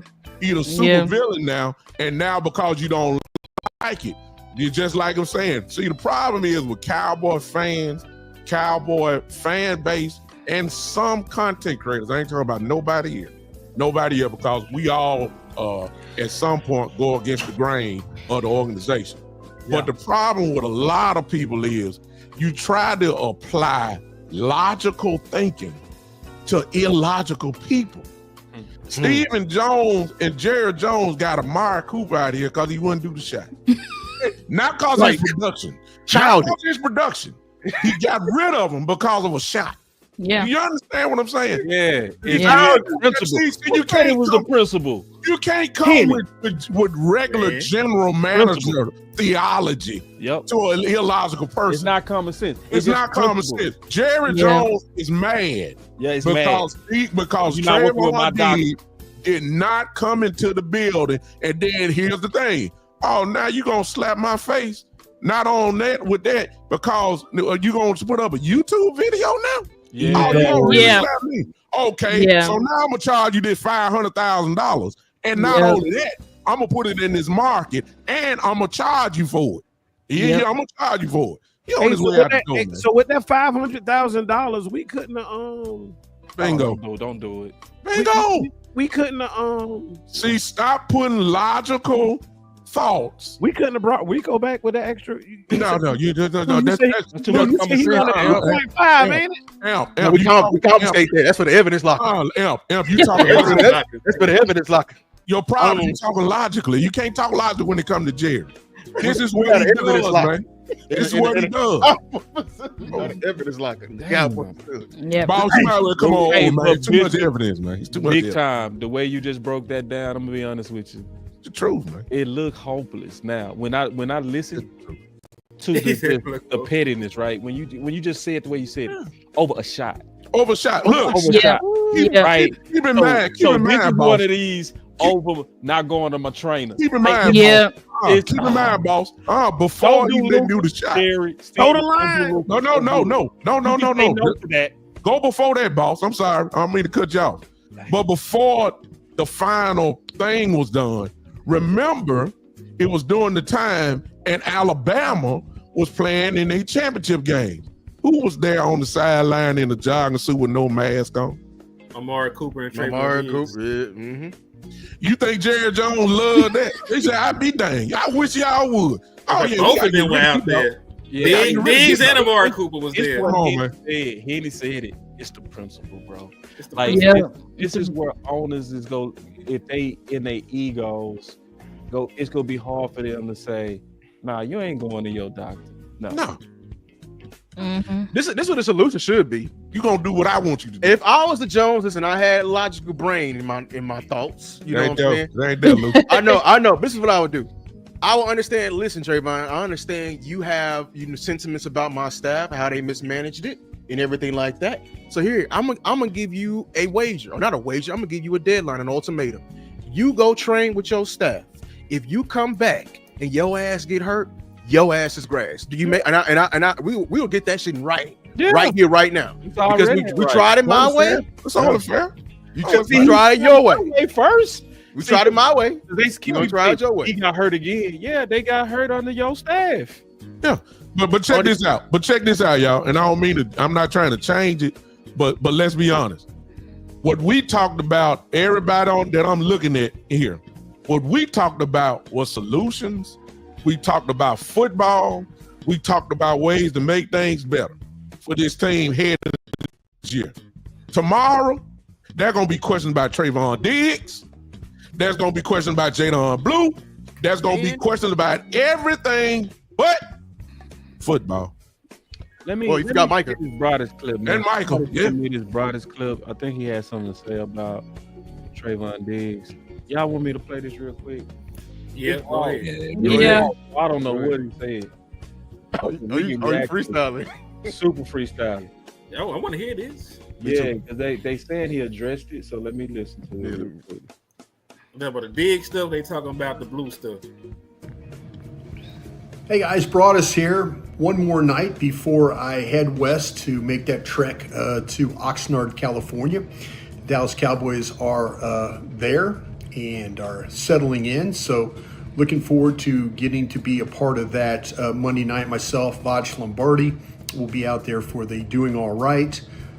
Looking forward to a lot of coverage there. We'll be with 105.3 The Fan next 12 days. Okay, want to get into, Jeremy Fowler posted something earlier today about some workouts that the Cowboys were going through. Jesse Luketa. Okay, no, it ain't talking about Diggs. I ain't finna do it. Let me hold on. Yeah. Somebody said check your could DM. be brought in for filling one of those roles. Also wanted to comment real quickly, if I could, about what we're dealing with Diggs. There we go. At the cornerback spot. And, we you know, the fact that he forfeited the $500,000, the workout bonus part of it. And what I was told about that, that was not part of a rehab where he had to be there for rehab and they took the money because of the rehab. It's just about attendance and it's about getting through the workout. It had nothing to do with his daily rehab stuff. That's something that CeeDee Lamb had built into his contract. It's a very simple way for attendance and getting through the workout. Guys to make more money. Show up, work out, be a part of the program, and then you get your bonus that way. So, but it had nothing to do, was no tie-in with the days that he missed, with Brett Brown. So unfortunate right there that he felt like it was more important to stay away. I've been also told, though, that that the Cowboys on their end feel like the relationship between Brown and Diggs is good. They get along and things like that. So that's something else to keep an eye on now that we get to Diggs' workout now shifts with Brett Brown. Hopefully things will be all good when we get through that training camp. Okay. All right. Okay. So, if what he said is true, that's on Diggs. That's on Diggs. Mm-hmm. Like, if what he's saying is true, that's one of those things where Jerry and them got to inspect you, bro. Well, ain't that a technicality though? I don't believe that, because in football, if he's hurt and you talking about coming in for workouts, what group he's gonna be with on the sideline? Rehab group. The what group? Rehab group. The rehab group. But That's that's legality speak. Lou, me and you, let's go. We go box a little bit. Let's legality speak right there. Now I'm with you on the legality, but we just talking it through. That's why I say I can see it from both sides. I said this about Jerry, dog. You gotta at least pass my inspection. Okay, you getting your car worked on at Pep Boys. My mechanics are 5-star mechanics. But when it's time for the state inspection, that shit gotta be at Firestone, dog. You getting all your work done at Pep Boys. I ain't messing with you on that. But I gotta inspect you. My people gotta inspect you. This is what happened to Luka, bro. I think it's this, like, I don't trust you. I don't trust you. I don't want to, I understand the league. Like, I need to be there. I don't trust you. The moment I come in that building. Like, dude, I gotta be able to kick your tires, bro. I know you don't trust me, but I gotta be able to put my hands. You know how they are. They're doing it right now with another player as we speak. The moment that you set eyes on me, you're going to set a timetable for me. Am I wrong or not? Oh, yeah, that part. But I'm just saying, like, if you don't show, I'm just going by what Brian Prada said. Okay. And if what Brian is true, and it was basically, man, you got to report to certain workouts. Mm-hmm. Like, see, because at some point, and I'm trying to think like Jerry and Steven too. If I'm writing you millions, bro, I need to inspect you, dog. You just ain't gonna be out in the streets doing what you want to do with what you want to do it with, and I just trust it. Even though I like your videos, I gotta have my doctors who are trained check your knee structure. They need to be able to, you know what I mean? My sister, she's a physician's assistant right now. She was training on me today because she taking a test. She getting ready for another license or something. She was checking all my ligaments and stuff, checking my ACL, checking my, you know what I'm saying? I'm like, damn, you can't get in and get the tires kicked? I mean, I don't. For 500 bands? For 500 yeah, just show up and leave. Listen, just show up and leave. Remember, this is not saying that you can't go do what you've been doing. You just can't. You can't just report for duty and then leave. You know, like we ain't gonna even be here. Like practice is like what, an hour? You can't take an hour out to pull the up? moment you come in there and they lay eyes on you, they're gonna set a timetable. They're gonna set a timetable, and it's not gonna be the timetable that you. They did. I know that, and exactly, and they're already doing it with Savon Ravel. Like I'm saying like, they doing it with Diggs right now. He ain't even show up. So they're gonna do that regardless. You could have just popped in, got your bread. I can't believe me and Henny are fighting you, Lou. It's not really a fight. I'm just putting it like this. Because listen, this is still a job. Like you were still an employee. Right. There you go. You signed a contract. Listen, let's hear me out. You're truth on both sides. Listen, just hear me out real quick, Lou. It's true. You signed a contract. You are no longer, you're no longer a free agent. You have parameters that we want from you under this contract when it comes to rehab and what you want to do in the off season. We're not asking you to give up what you're doing. We're not saying you can't work out with your private trainer. We're not saying you can't be away. We're not saying you can't be on a yacht taking pink cocaine with your brother. You can do anything. You can do all that stuff. Just come in, let me look at you. I gotta expect you, dog. Spend some time, spend an hour here. We're gonna do this like 2-3 times, and that's it. You know what I'm saying? So, and then you can try to put pressure on me. I'm gonna just say, yeah, then I'm gonna go out and work with my people. You right. I'm not mad at y'all deducting the money. Here, I'm still with Stephon. Damn near 500. Even though I could use that money. Damn near 500. Damn that 500 G's. I don't trust you. I don't trust your timetable. I don't trust anything you got going in there. 'Cause at the end of the day, you are for you and me. I think it's and the for rat. me. I think Diggs felt like he got ratted on, bro. Diggs is one of them rabbiter boys, right? Notice what Diggs does. Anything you say about Diggs in the offseason, he come back that season, mastered it. He's a rabbiter guy, bro. When he remember what that reporters, man, that dude stormed out there looking at Twitter. Man, you don't know what you talking about, because he a rabbiter boy.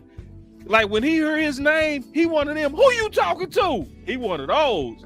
I think so he's like, oh, y'all put that out on me. I think the 500K is more principled by him. Like one of you trainers ratted on me, man. I think it's that. I don't even think it's just. I think he just put up the veil. Like he's. I think he's just looking in the long run. I think he's focused solely on the long run at the next season. That's what it is, and I believe that 500K is just a drop in the bucket, because you look at the report card from the Dallas Cowboys last year. Where did the training staff fall? In the league, 30th in the league, C-, D+.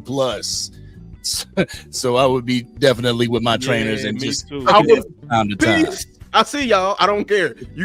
I don't need you to take the little rock thing and hit my knee and my knee go up for reaction. Yeah. I don't need none of that. I'll see y'all next year. We'll do it then. I'll collect my game checks and you can trade me. Next team, please. So we got one more. Well, we could talk about a couple of more things. We got a few things, man. Because talk. You know, I want to talk about One Tech, man. Yeah, that's what I was gonna do. Go, man. You got it. All right, dog. Man, matter of fact, did you put it in the show what I sent you? Man, what's my name? All right, Dallas Cowboy, man. Because listen, man, don't you ever sit and insult my production skills, dog? I know you like that, dog. So listen, because I remember we were having a conversation. You know that you can look at a team's defensive tackles and tell if they really legit and if they can compete. And I think this sort of coincides with that hand in hand. Going back to 2013. Most of every single Super Bowl winner had a top tier run defense. 10 of the 12 of the mugs had a top 11 run defense. 9 of the 12 had a top 10. So you go back to Seattle, they were 7th. The Patriots were 9th. The Broncos were 3rd. The Patriots were 3rd. The Eagles, the first time around, had the best run defense in the league. The Patriots were 11th. The only outliers is the Chiefs. The Chiefs twice. And we know for a fact what kind of offensive firepower they had. Their first Chiefs championship was Tyreek Hill. It was what's the boy from Clemson that they brought in to be their wide receiver 3? I forget his name. Hopkins. No, not Hopkins. Rice? Rashee Rice? No, not Rashee Rice. I'm talking about the first one. It was No, it's a long time ago. He played for Buffalo at first. He played for Buffalo at first. I know you're talking about. I can't think of his name. Sammy Watkins. Oh, Sammy Watkins. They had him, Sammy Watkins. They had Gronk. They had a plethora of receiving weapons out there for Patrick Mahomes. Put up historic numbers, man. So they got the Dallas Cowboys. Listen, you can be the 11th ranked run defense. You can be the 12th. You just can't be the 30th. You know what I'm saying? Like you're nowhere close right now. You were 30th last year. Yep. Like compare that to what everybody else is doing. They can stop the run. And the Dallas Cowboys, if they want to get over the hump, that's going to have to be something that they do, because statistically, you lose in the playoffs the same way, and statistically, the people that win the Super Bowls, they all got solid run defenses, man. They all got solid run defenses. So, do you think you can stop the run this year just based on the shit that you see on the decisions you made? Because you ain't brought nobody else in new. You ain't got another One Tech. No. You don't really even know who your green dot is going to be in your linebacker spot. You talk about stopping the run. So that's really what I want to touch on. I want to go around. How do we get this run defense up to snub in the limited amount of time that we have? Mine is going to be short before everybody get real detailed. Me and Amp talked about this the other day.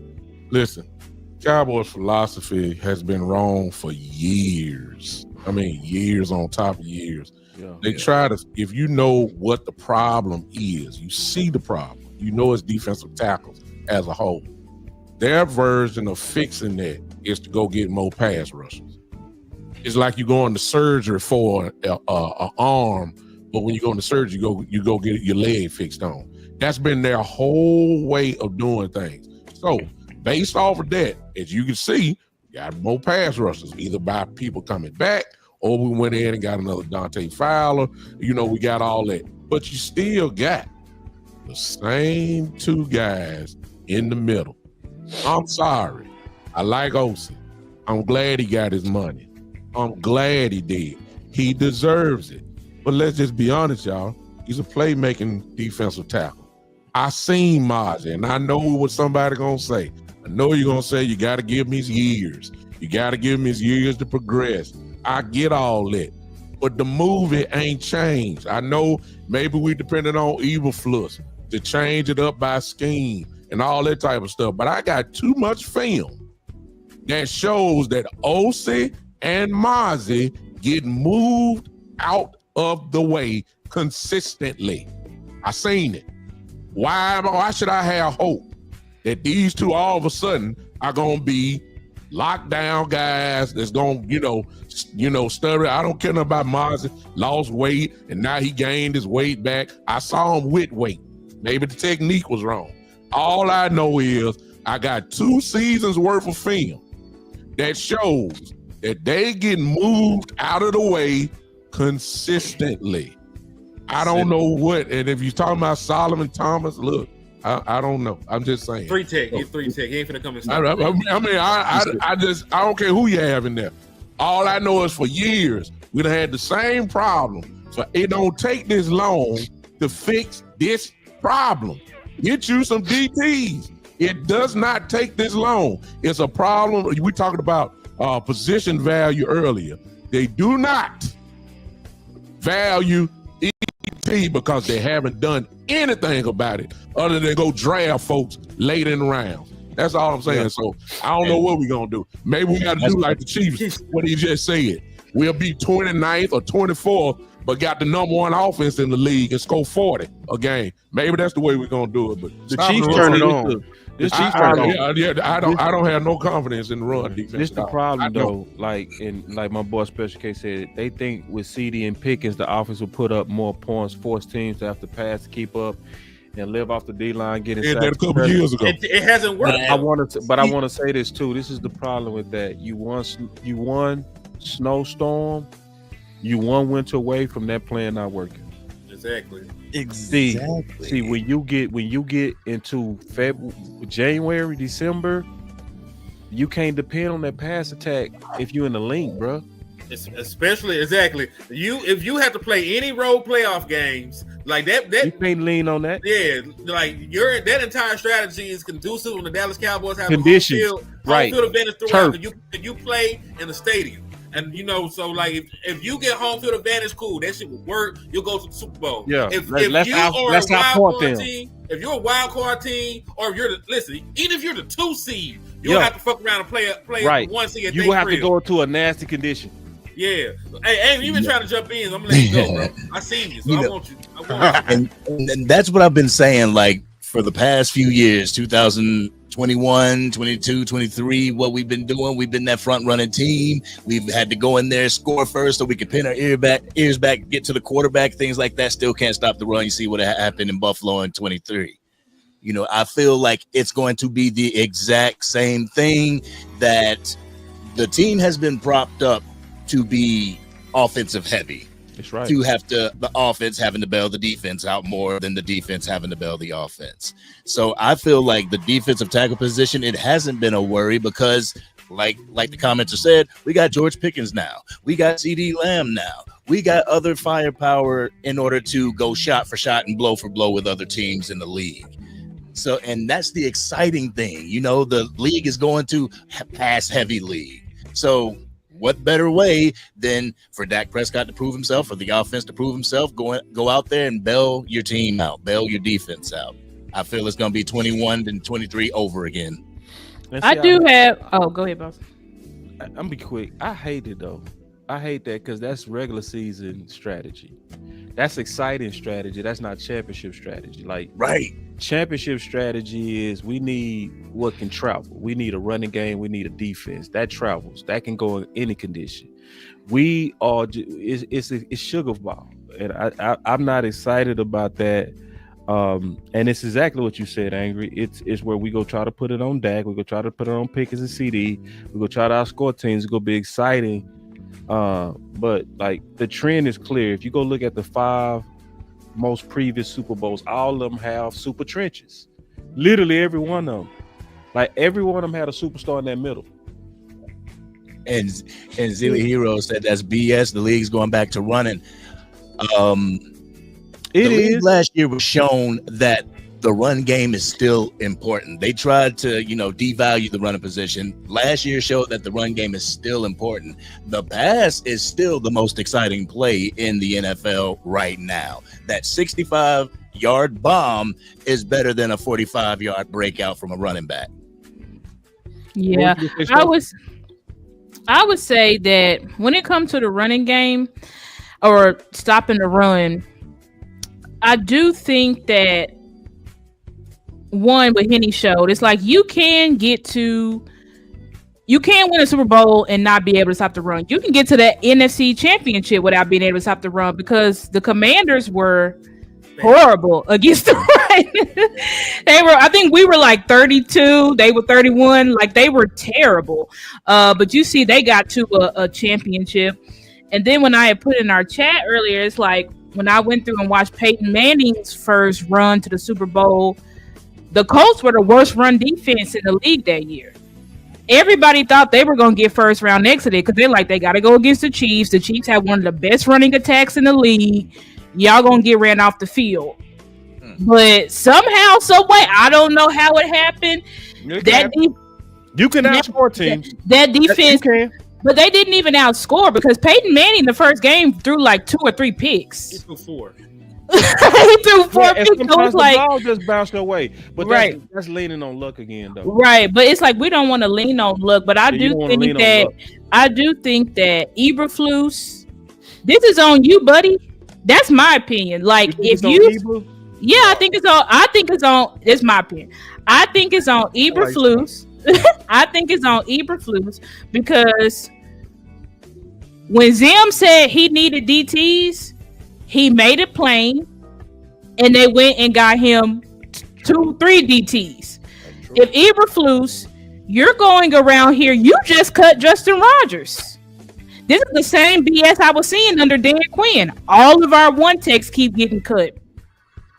But with Eberflus, when we had Zim, they wasn't cutting one techs. So that's what I'm feeling like. I'm feeling like if the coaches think that they need some Flus, if you're saying that you need more, you don't believe in Mozzie, you think he's not good enough, you don't think Jay's good enough, then why aren't you advocating for a one tech? Because you done brought in multiple 3 techs. We literally cut Justin Rogers to bring in Perion Renfrey, who's another 3 tech.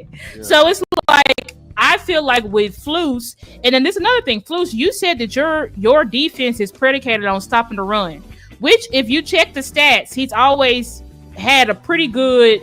Well, in Indy, I don't know what he did with the Bears, but in Indy he had. Yeah, he's always had a good run defense. Yeah. So I'm like, well, Flus, do you think that you just need a bunch of tweeners? You don't really need one text? Because that's what I'm questioning. I'm like, why do we continue to cut one text? It's like to me, it's the coaching staff don't value it. Because I believe when they did value it, they got Zim what he wanted. Now, granted, were they the best one text? No. But they still got him bigger bodies. So I'm just wondering, like, that's why I do put it on Flus, because it's like, Flus, if you need something, you got to be vocal about it. You can't just sit back and say, oh, well, I'm going to make it work. I mean, you can do that, but when we're getting killed in the run game, everybody's going to be looking at you like, what the hell is this? That's my opinion. Real quick, have you ever seen them reels, those Asian reels, where they have 2 dogs, right?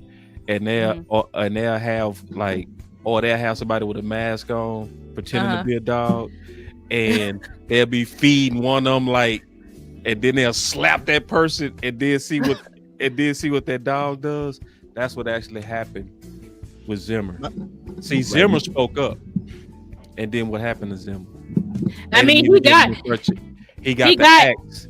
He got the axe, but you don't. But it's like Flus. Zimmer did get the axe at the end, but it's like he should have got the axe though. No, it's the goal here to win or not. See, he should have been the first to stay. He should have been interviewed. He should have been interviewed before Shotty. Yeah. Hold on. Wait. Based on what? Based on he was the only thing keeping us afloat the entire season. Yeah, man. He kept your defense was shit. No. Defense was shit at the end. Defense was I mean, shit in the beginning, not at the end. It was shit at the end too. It was pretty bad. By the Philadelphia Eagles. Micah saved us. I feel like Micah saved us. When Micah came back, that's when we started seeing things. No, y'all, come on. He was doing magnificent things for Overshawn. Magnificent things. He made a play. They were still giving up 14 DBs out there was still handling Josh Butler, even though he was still handling his own. I saw that defense fight. I saw that offense flat as hell. Right. That defense they fought, bro. They fought and they got their ass beat. But also because they were hurt. But we didn't have no corners. We had no edges. We had no edges, no corners. You hit it right now, man. You being bullied again. No, I'm not. Y'all just aren't listening to the facts. No. You're not listening to the context of them injuries. Did Michael Parsons come back? Yeah, and we became number one in pass rush when he came back too. No, it doesn't matter. You still gave up 30+ points. It do matter when Michael Parsons off the field. Did you stop the Eagles when Michael Parsons came back the first game? The champions? I don't care. Did you stop the Houston Texans? The number one offensive line? Did you stop the Houston Texans? They put up 30 on y'all too. It was a struggle. It was a struggle before they blew it over. Okay. Y'all doing a whole bunch of. Y'all doing a whole bunch of. No, I'm saying Zimmer did a lot with less. Like I'm talking about you. I agree with that. I think Zimmer was a good coach. Now, should he be the head coach? No. What do you do when you get 4 doubles, bro? You play dominoes. What you do when you get 4 doubles? When you get a bad hand, what you do? You throw that shit in. I know you throw it back, don't you? Shit. That's the rule, like, you can't throw it back. He had a bad hand and he played that thing. Listen, they still suck. I know what you're saying. You ain't 100 right now, Bullet. I'm not, but I'm just saying they suck. I'm wondering with the whole they suck.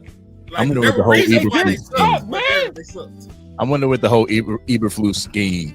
He predicates his defense on linebackers. I'm wondering if he's predicating stopping the run with his linebackers, going downhill. I looked at it close, Angry. I did. I swear to God, I did. And Henny did too.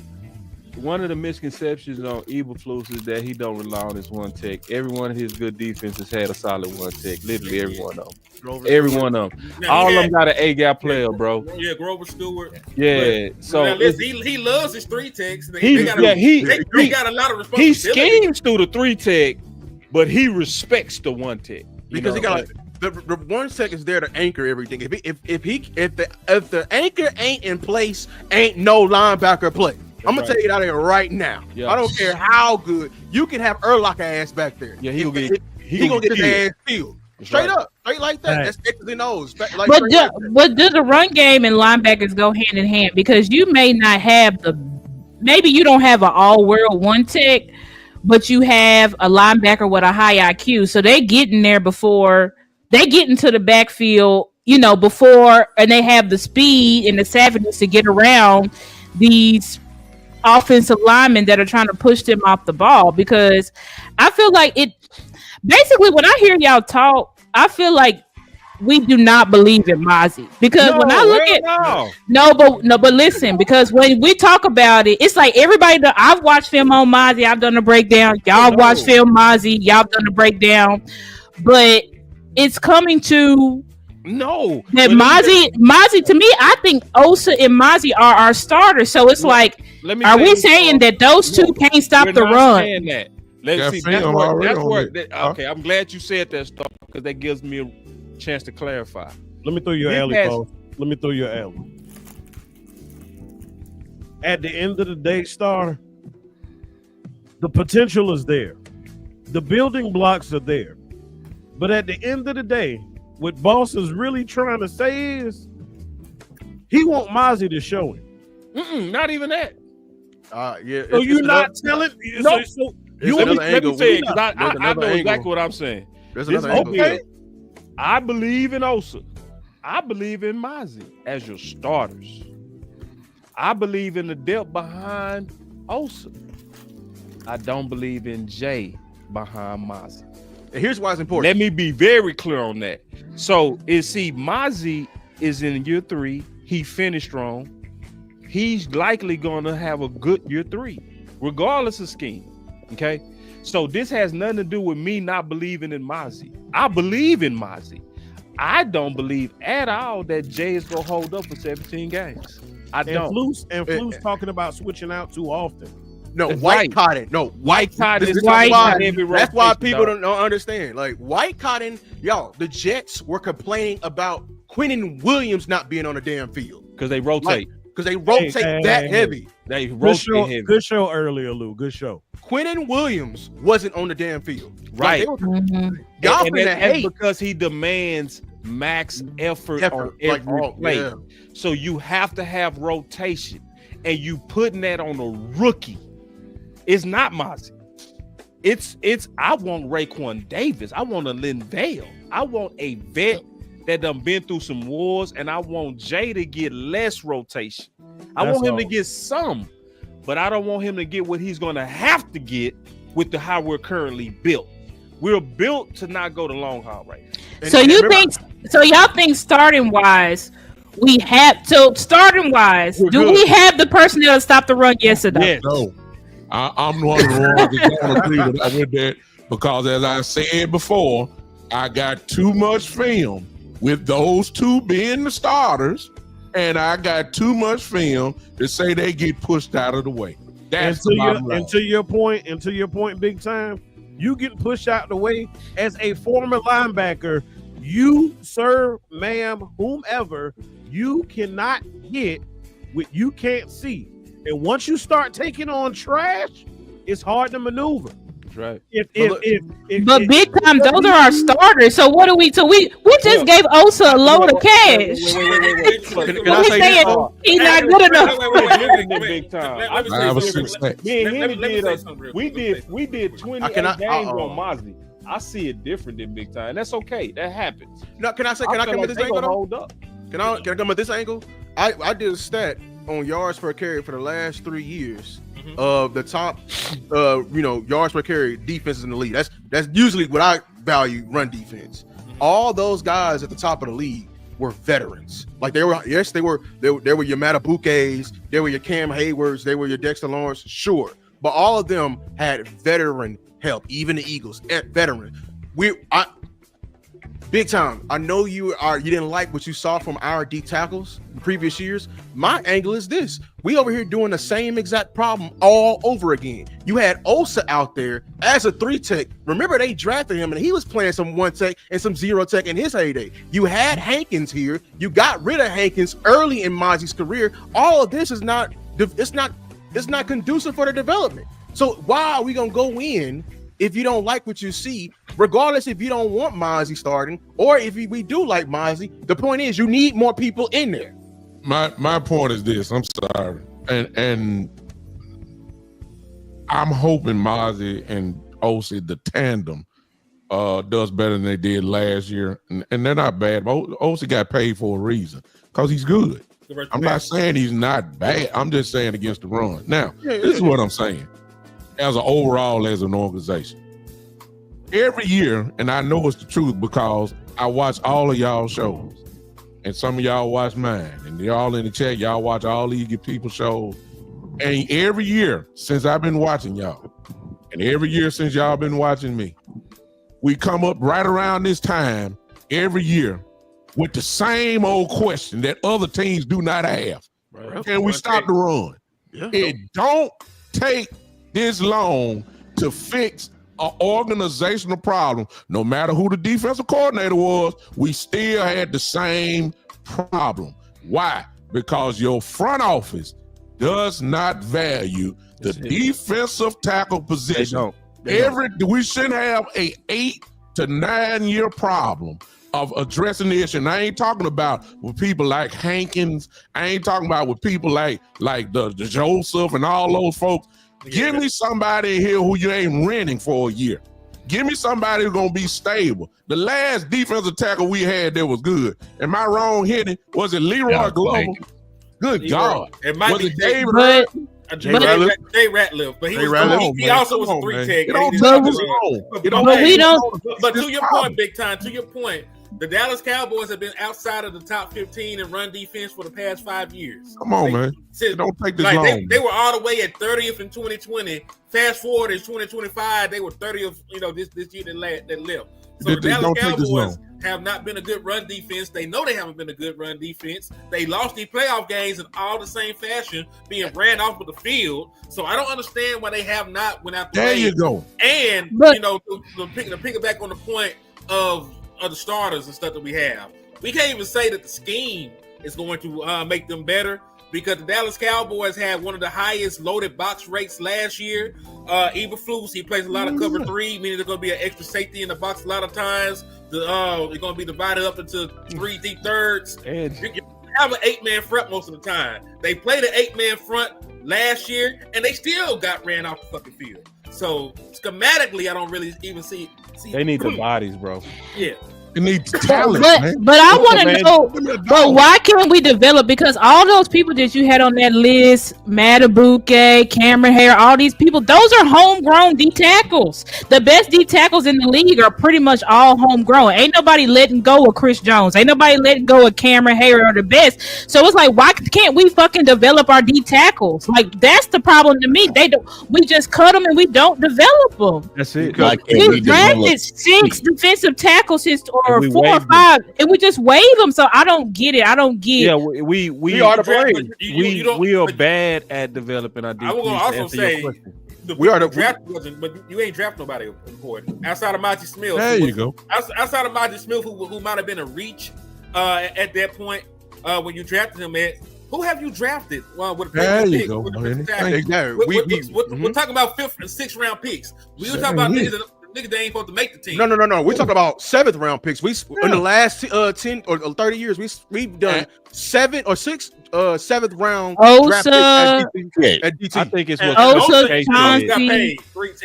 I think it's what Special K said. We should have kept Chauncey. That's what I think we letting them go too fast. Like it's our patience. It's our patience. We don't have no patience. That's what you said, Lou. We don't have no patience. That it take 3 years for DTs to cook, and we go look at the history of what we did. We did it with Neville Gallimore. Right, Neville. That was a 3rd rounder. We did it with Bohanna. We did it with the White Gorilla.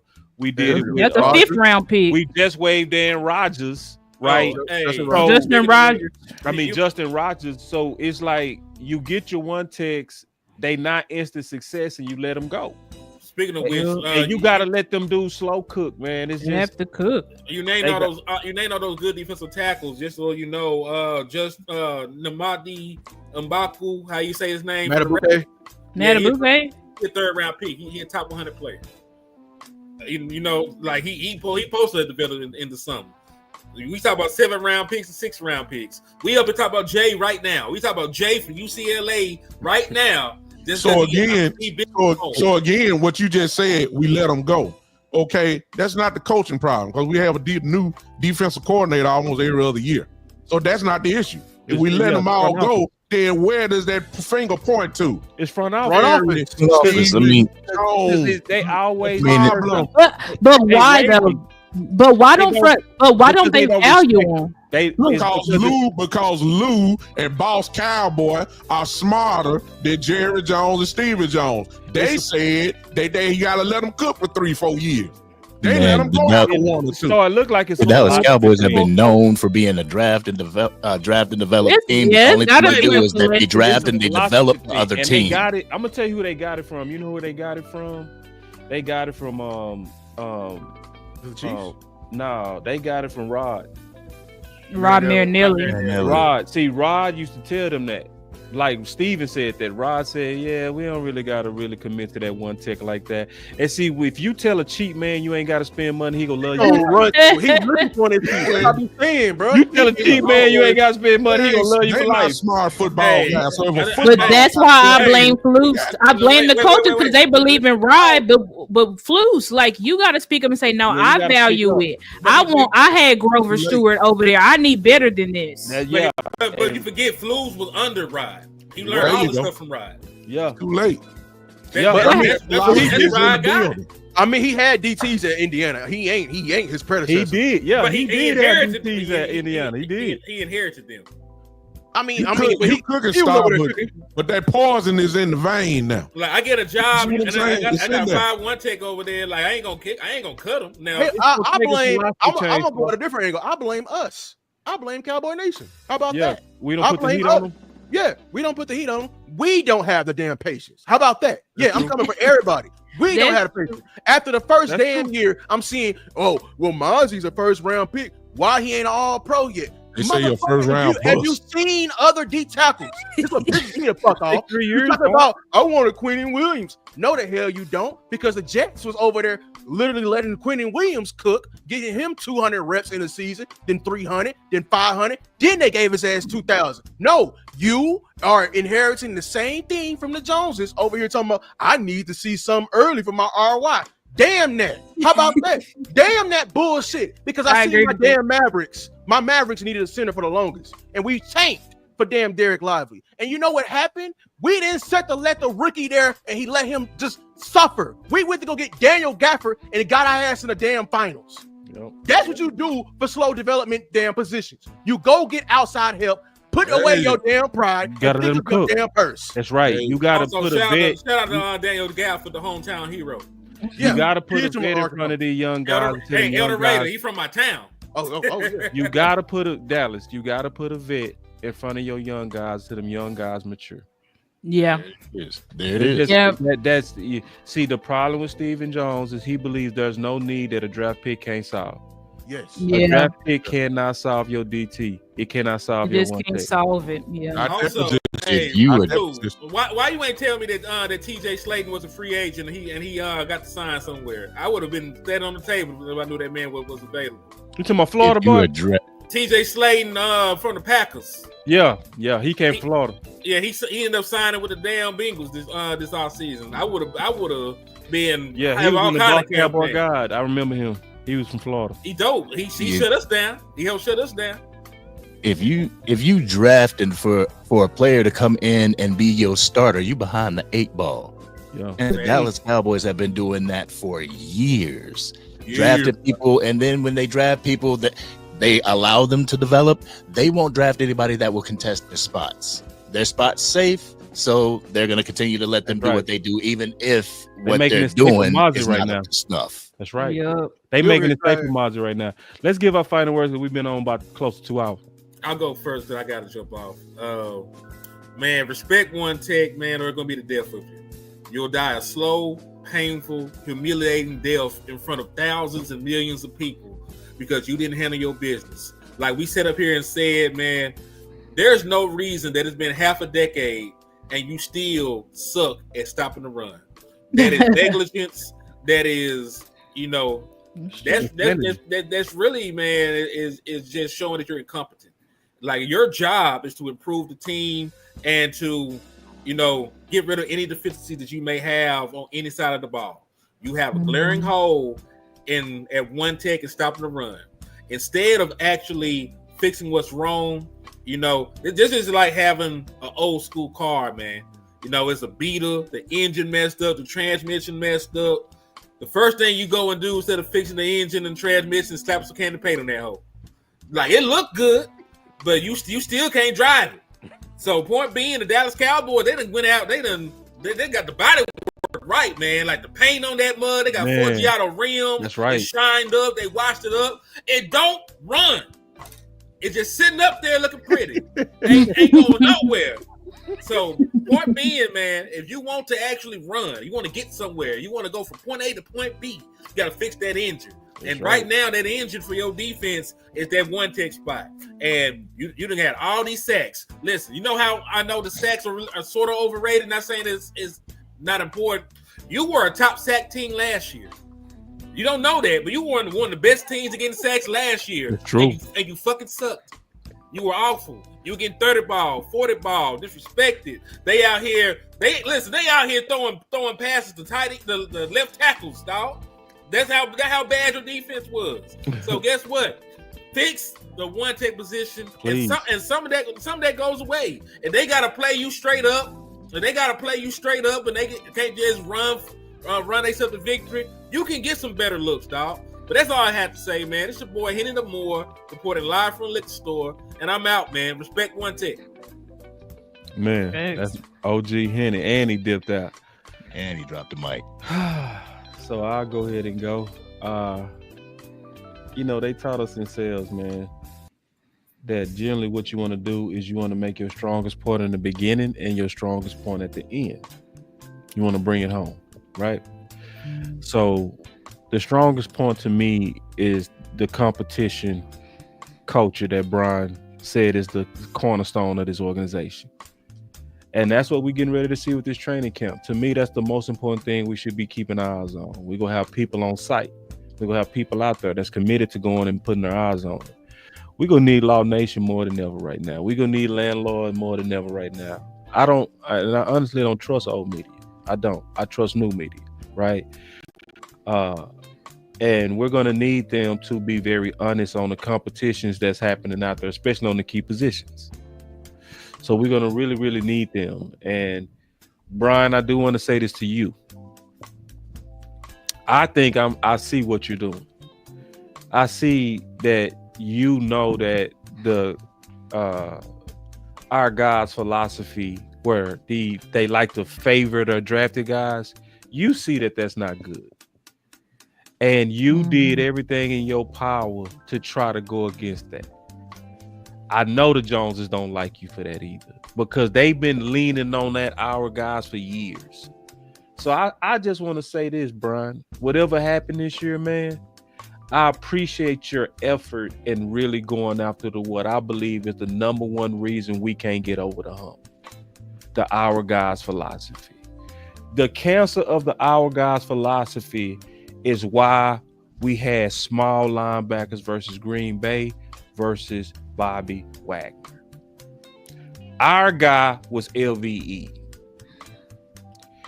Bobby Wagner was Quinn's guy. But we went out there and lied and said that Quinn liked little linebackers and blamed him for front office. Mm-hmm. If we would have just went ahead and went with what Dan Quinn was lobbying for 2 years, Bobby Wagner, you likely beat Green Bay. Mm-hmm. If we would have had Amari Cooper over Gallup with Bobby Wagner, with Fowler getting most of his snaps, which he should have been getting over Armstrong, in a game of inches, that's enough to maybe put you over. And that's what Brian Schottenheimer is fighting against right now. Fairness. So I think he gonna have 1 year at this too. He ain't gonna have 2-3 years at this. Jerry and them not gonna sit on their hands. He got 1 year. So I just say this, man. Thank you, Brian. I see it and I appreciate the effort of you going after the toxicity that starts with the coach in the front office. It's my final word. All right, I'll go with mine. Just need the front office. I just need the front office to yield to what they don't understand. To yield and allow these coaches to coach. If the team wants to win, each part of the organization needs to be separate. The front office needs to worry about the front office thing, the branding things, and getting promotion out there, and allow the coaches to do what they do. Allow the coaches to coach these young men up and not put themselves in the middle. If each phase of this organization can work together and not step on each other's toes, fill the glaring holes that need to be filled, I think this team can do something this year. I mean, Washington showed us that last year. Front office, step back, hey, football operations is on you, Brian Schottenheimer. Give him full autonomy over this team, even though I know I'm wishful thinking right now, but give him full autonomy over this team, and I believe this team can do something this year. The team is only as strong as their coaches, but the coaches are only as strong as the aggression the front office shows them. So that's my final word. Okay, good. Go ahead, sir. Oh, okay, I'll go. Well, I'll finish this off how I started. I really do feel like Shoddy, Flus, y'all know who the front office is. Shoddy, you done got to sit here. You done been here for 3 to 4 years.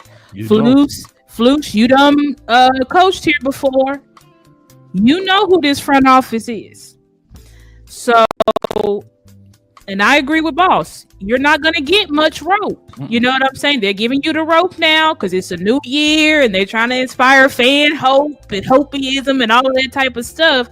But at the end of the day, Jerry and Steven are going to want results, and they're going to want results quickly. That's just how they operate. So when it comes to the personnel that we need, and maybe y'all are just waiting to get to camp, you're trying to evaluate. Okay. But when it comes to the personnel that you need, you have to speak up about it. Yeah, you gotta speak up. You have to speak up about it. Like I said, I started this last year. Openly, Star. Yes, publicly. Because the thing is, Jerry and Steven, yeah, they got rid of them because we were a losing team. But you think if them and them had a top defense, all that stuff, they probably would have considered them.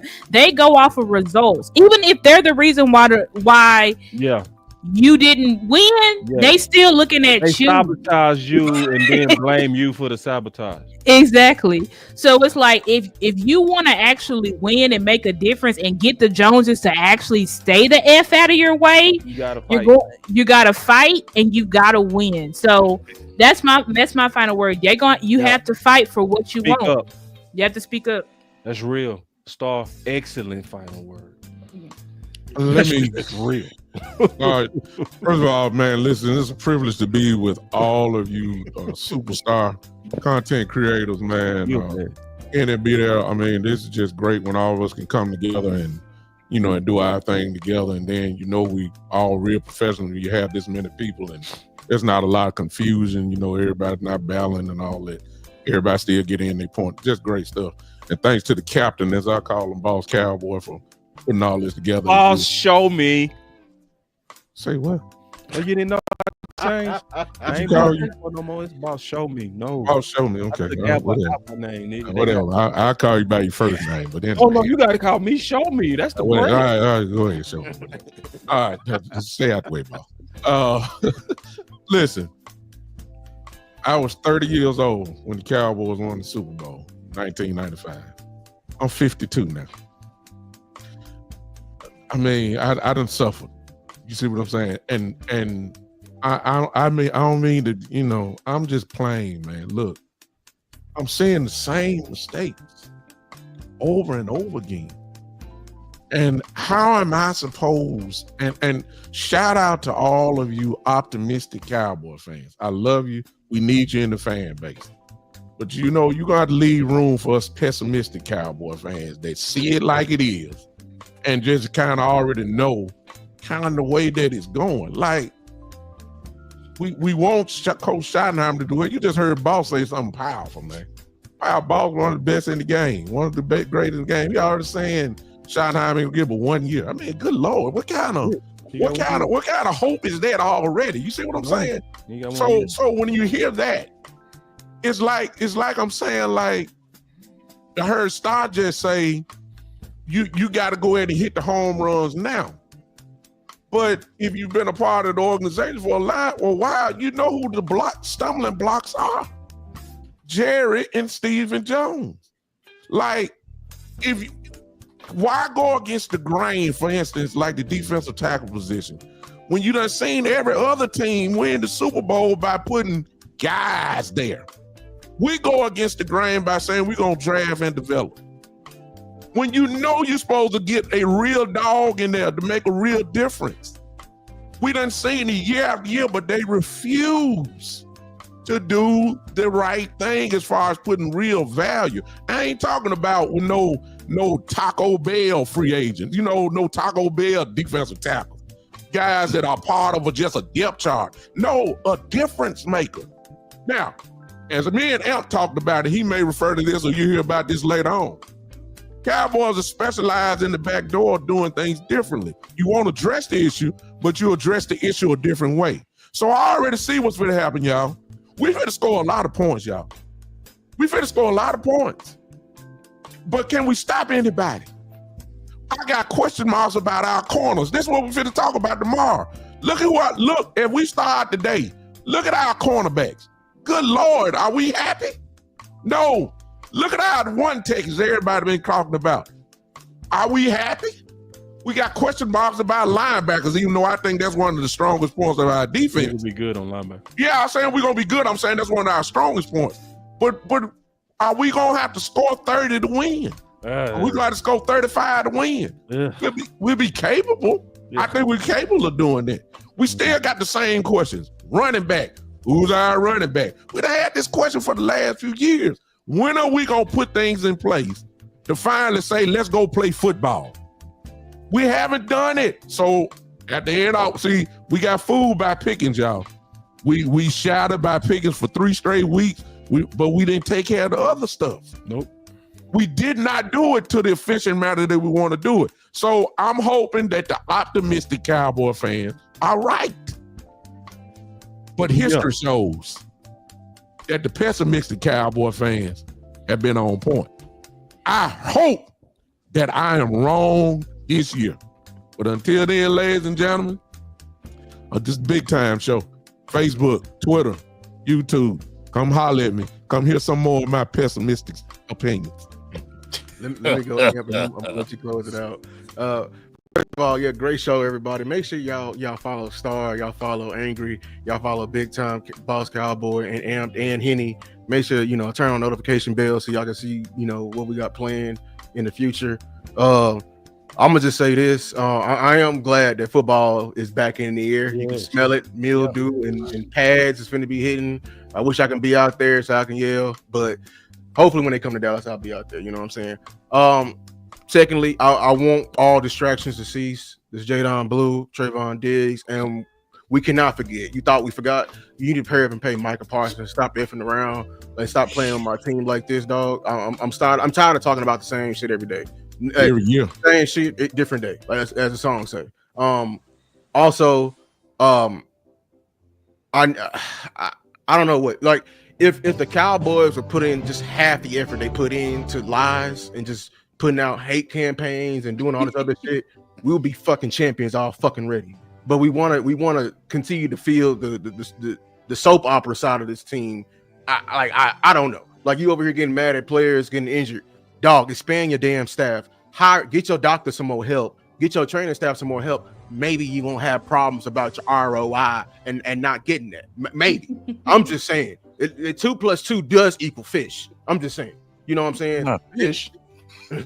And then with the offense situation, this season, I am one of the people who want to run the ball. I wish would have got a running back, because I'm one of the people, like, I firmly believe the Super Bowl champions, dog, weapons will only get you so far.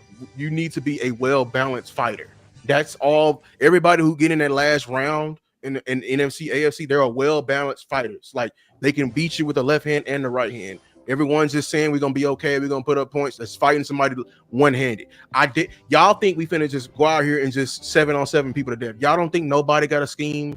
Nobody ain't got a plan to stop both your weapons on offense? And then I'm not to mention, the biggest way to stop your weapons on offense is to run the damn ball and take the air out the football and slow it down. Like, you know what I'm saying? So this is why I'm trying to put it. I was behind Nick Chubb. Y'all called him washed. Y'all better hope he ain't washed in Texas. I'm gonna be on your ass. Me too. Yeah. I'm gonna be on your ass. I'm telling you, I'm gonna be on your ass real, because we could have solved this issue with running back.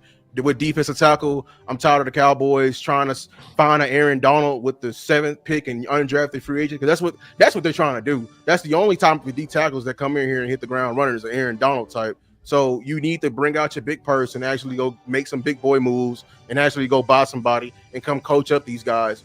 put some effort into it. I'm tired of going in to one of the most important position groups on the team. You put all these different articles and rumors in the air talking about how it's devalued. Dog, I'm gonna get y'all on a secret. A nose tackle is needed in any type of scheme you need, dog. That's right. Next D coordinator we have, I don't want to hear this issue ever again. Yeah, okay, like all even in of them college, gotta stop the A gap, bro. all of them, the A gap is so vital and important. I don't care what type of linebacker you have back there. That's you right. need somebody to hold up. Football is a numbers game. If you cannot get 2-on-1, you're fucked. I'm telling you that right now. If you can't command a double team, and we can block you 1-on-1, we're getting it. It's feasting for the O-line. So, look, I want my Cowboys to do well this year. Hopefully, go get a D tackle, respect one tech, and etc. We do this for the first, blame last. Congratulations, man. Man, thank you, Marcus Marshall, for coming in. That was cool. And just thank you, all the DC Universe people, man. Thank you, Chad. We out.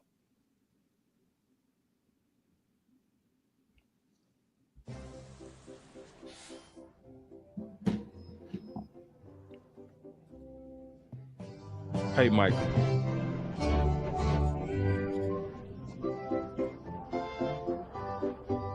I just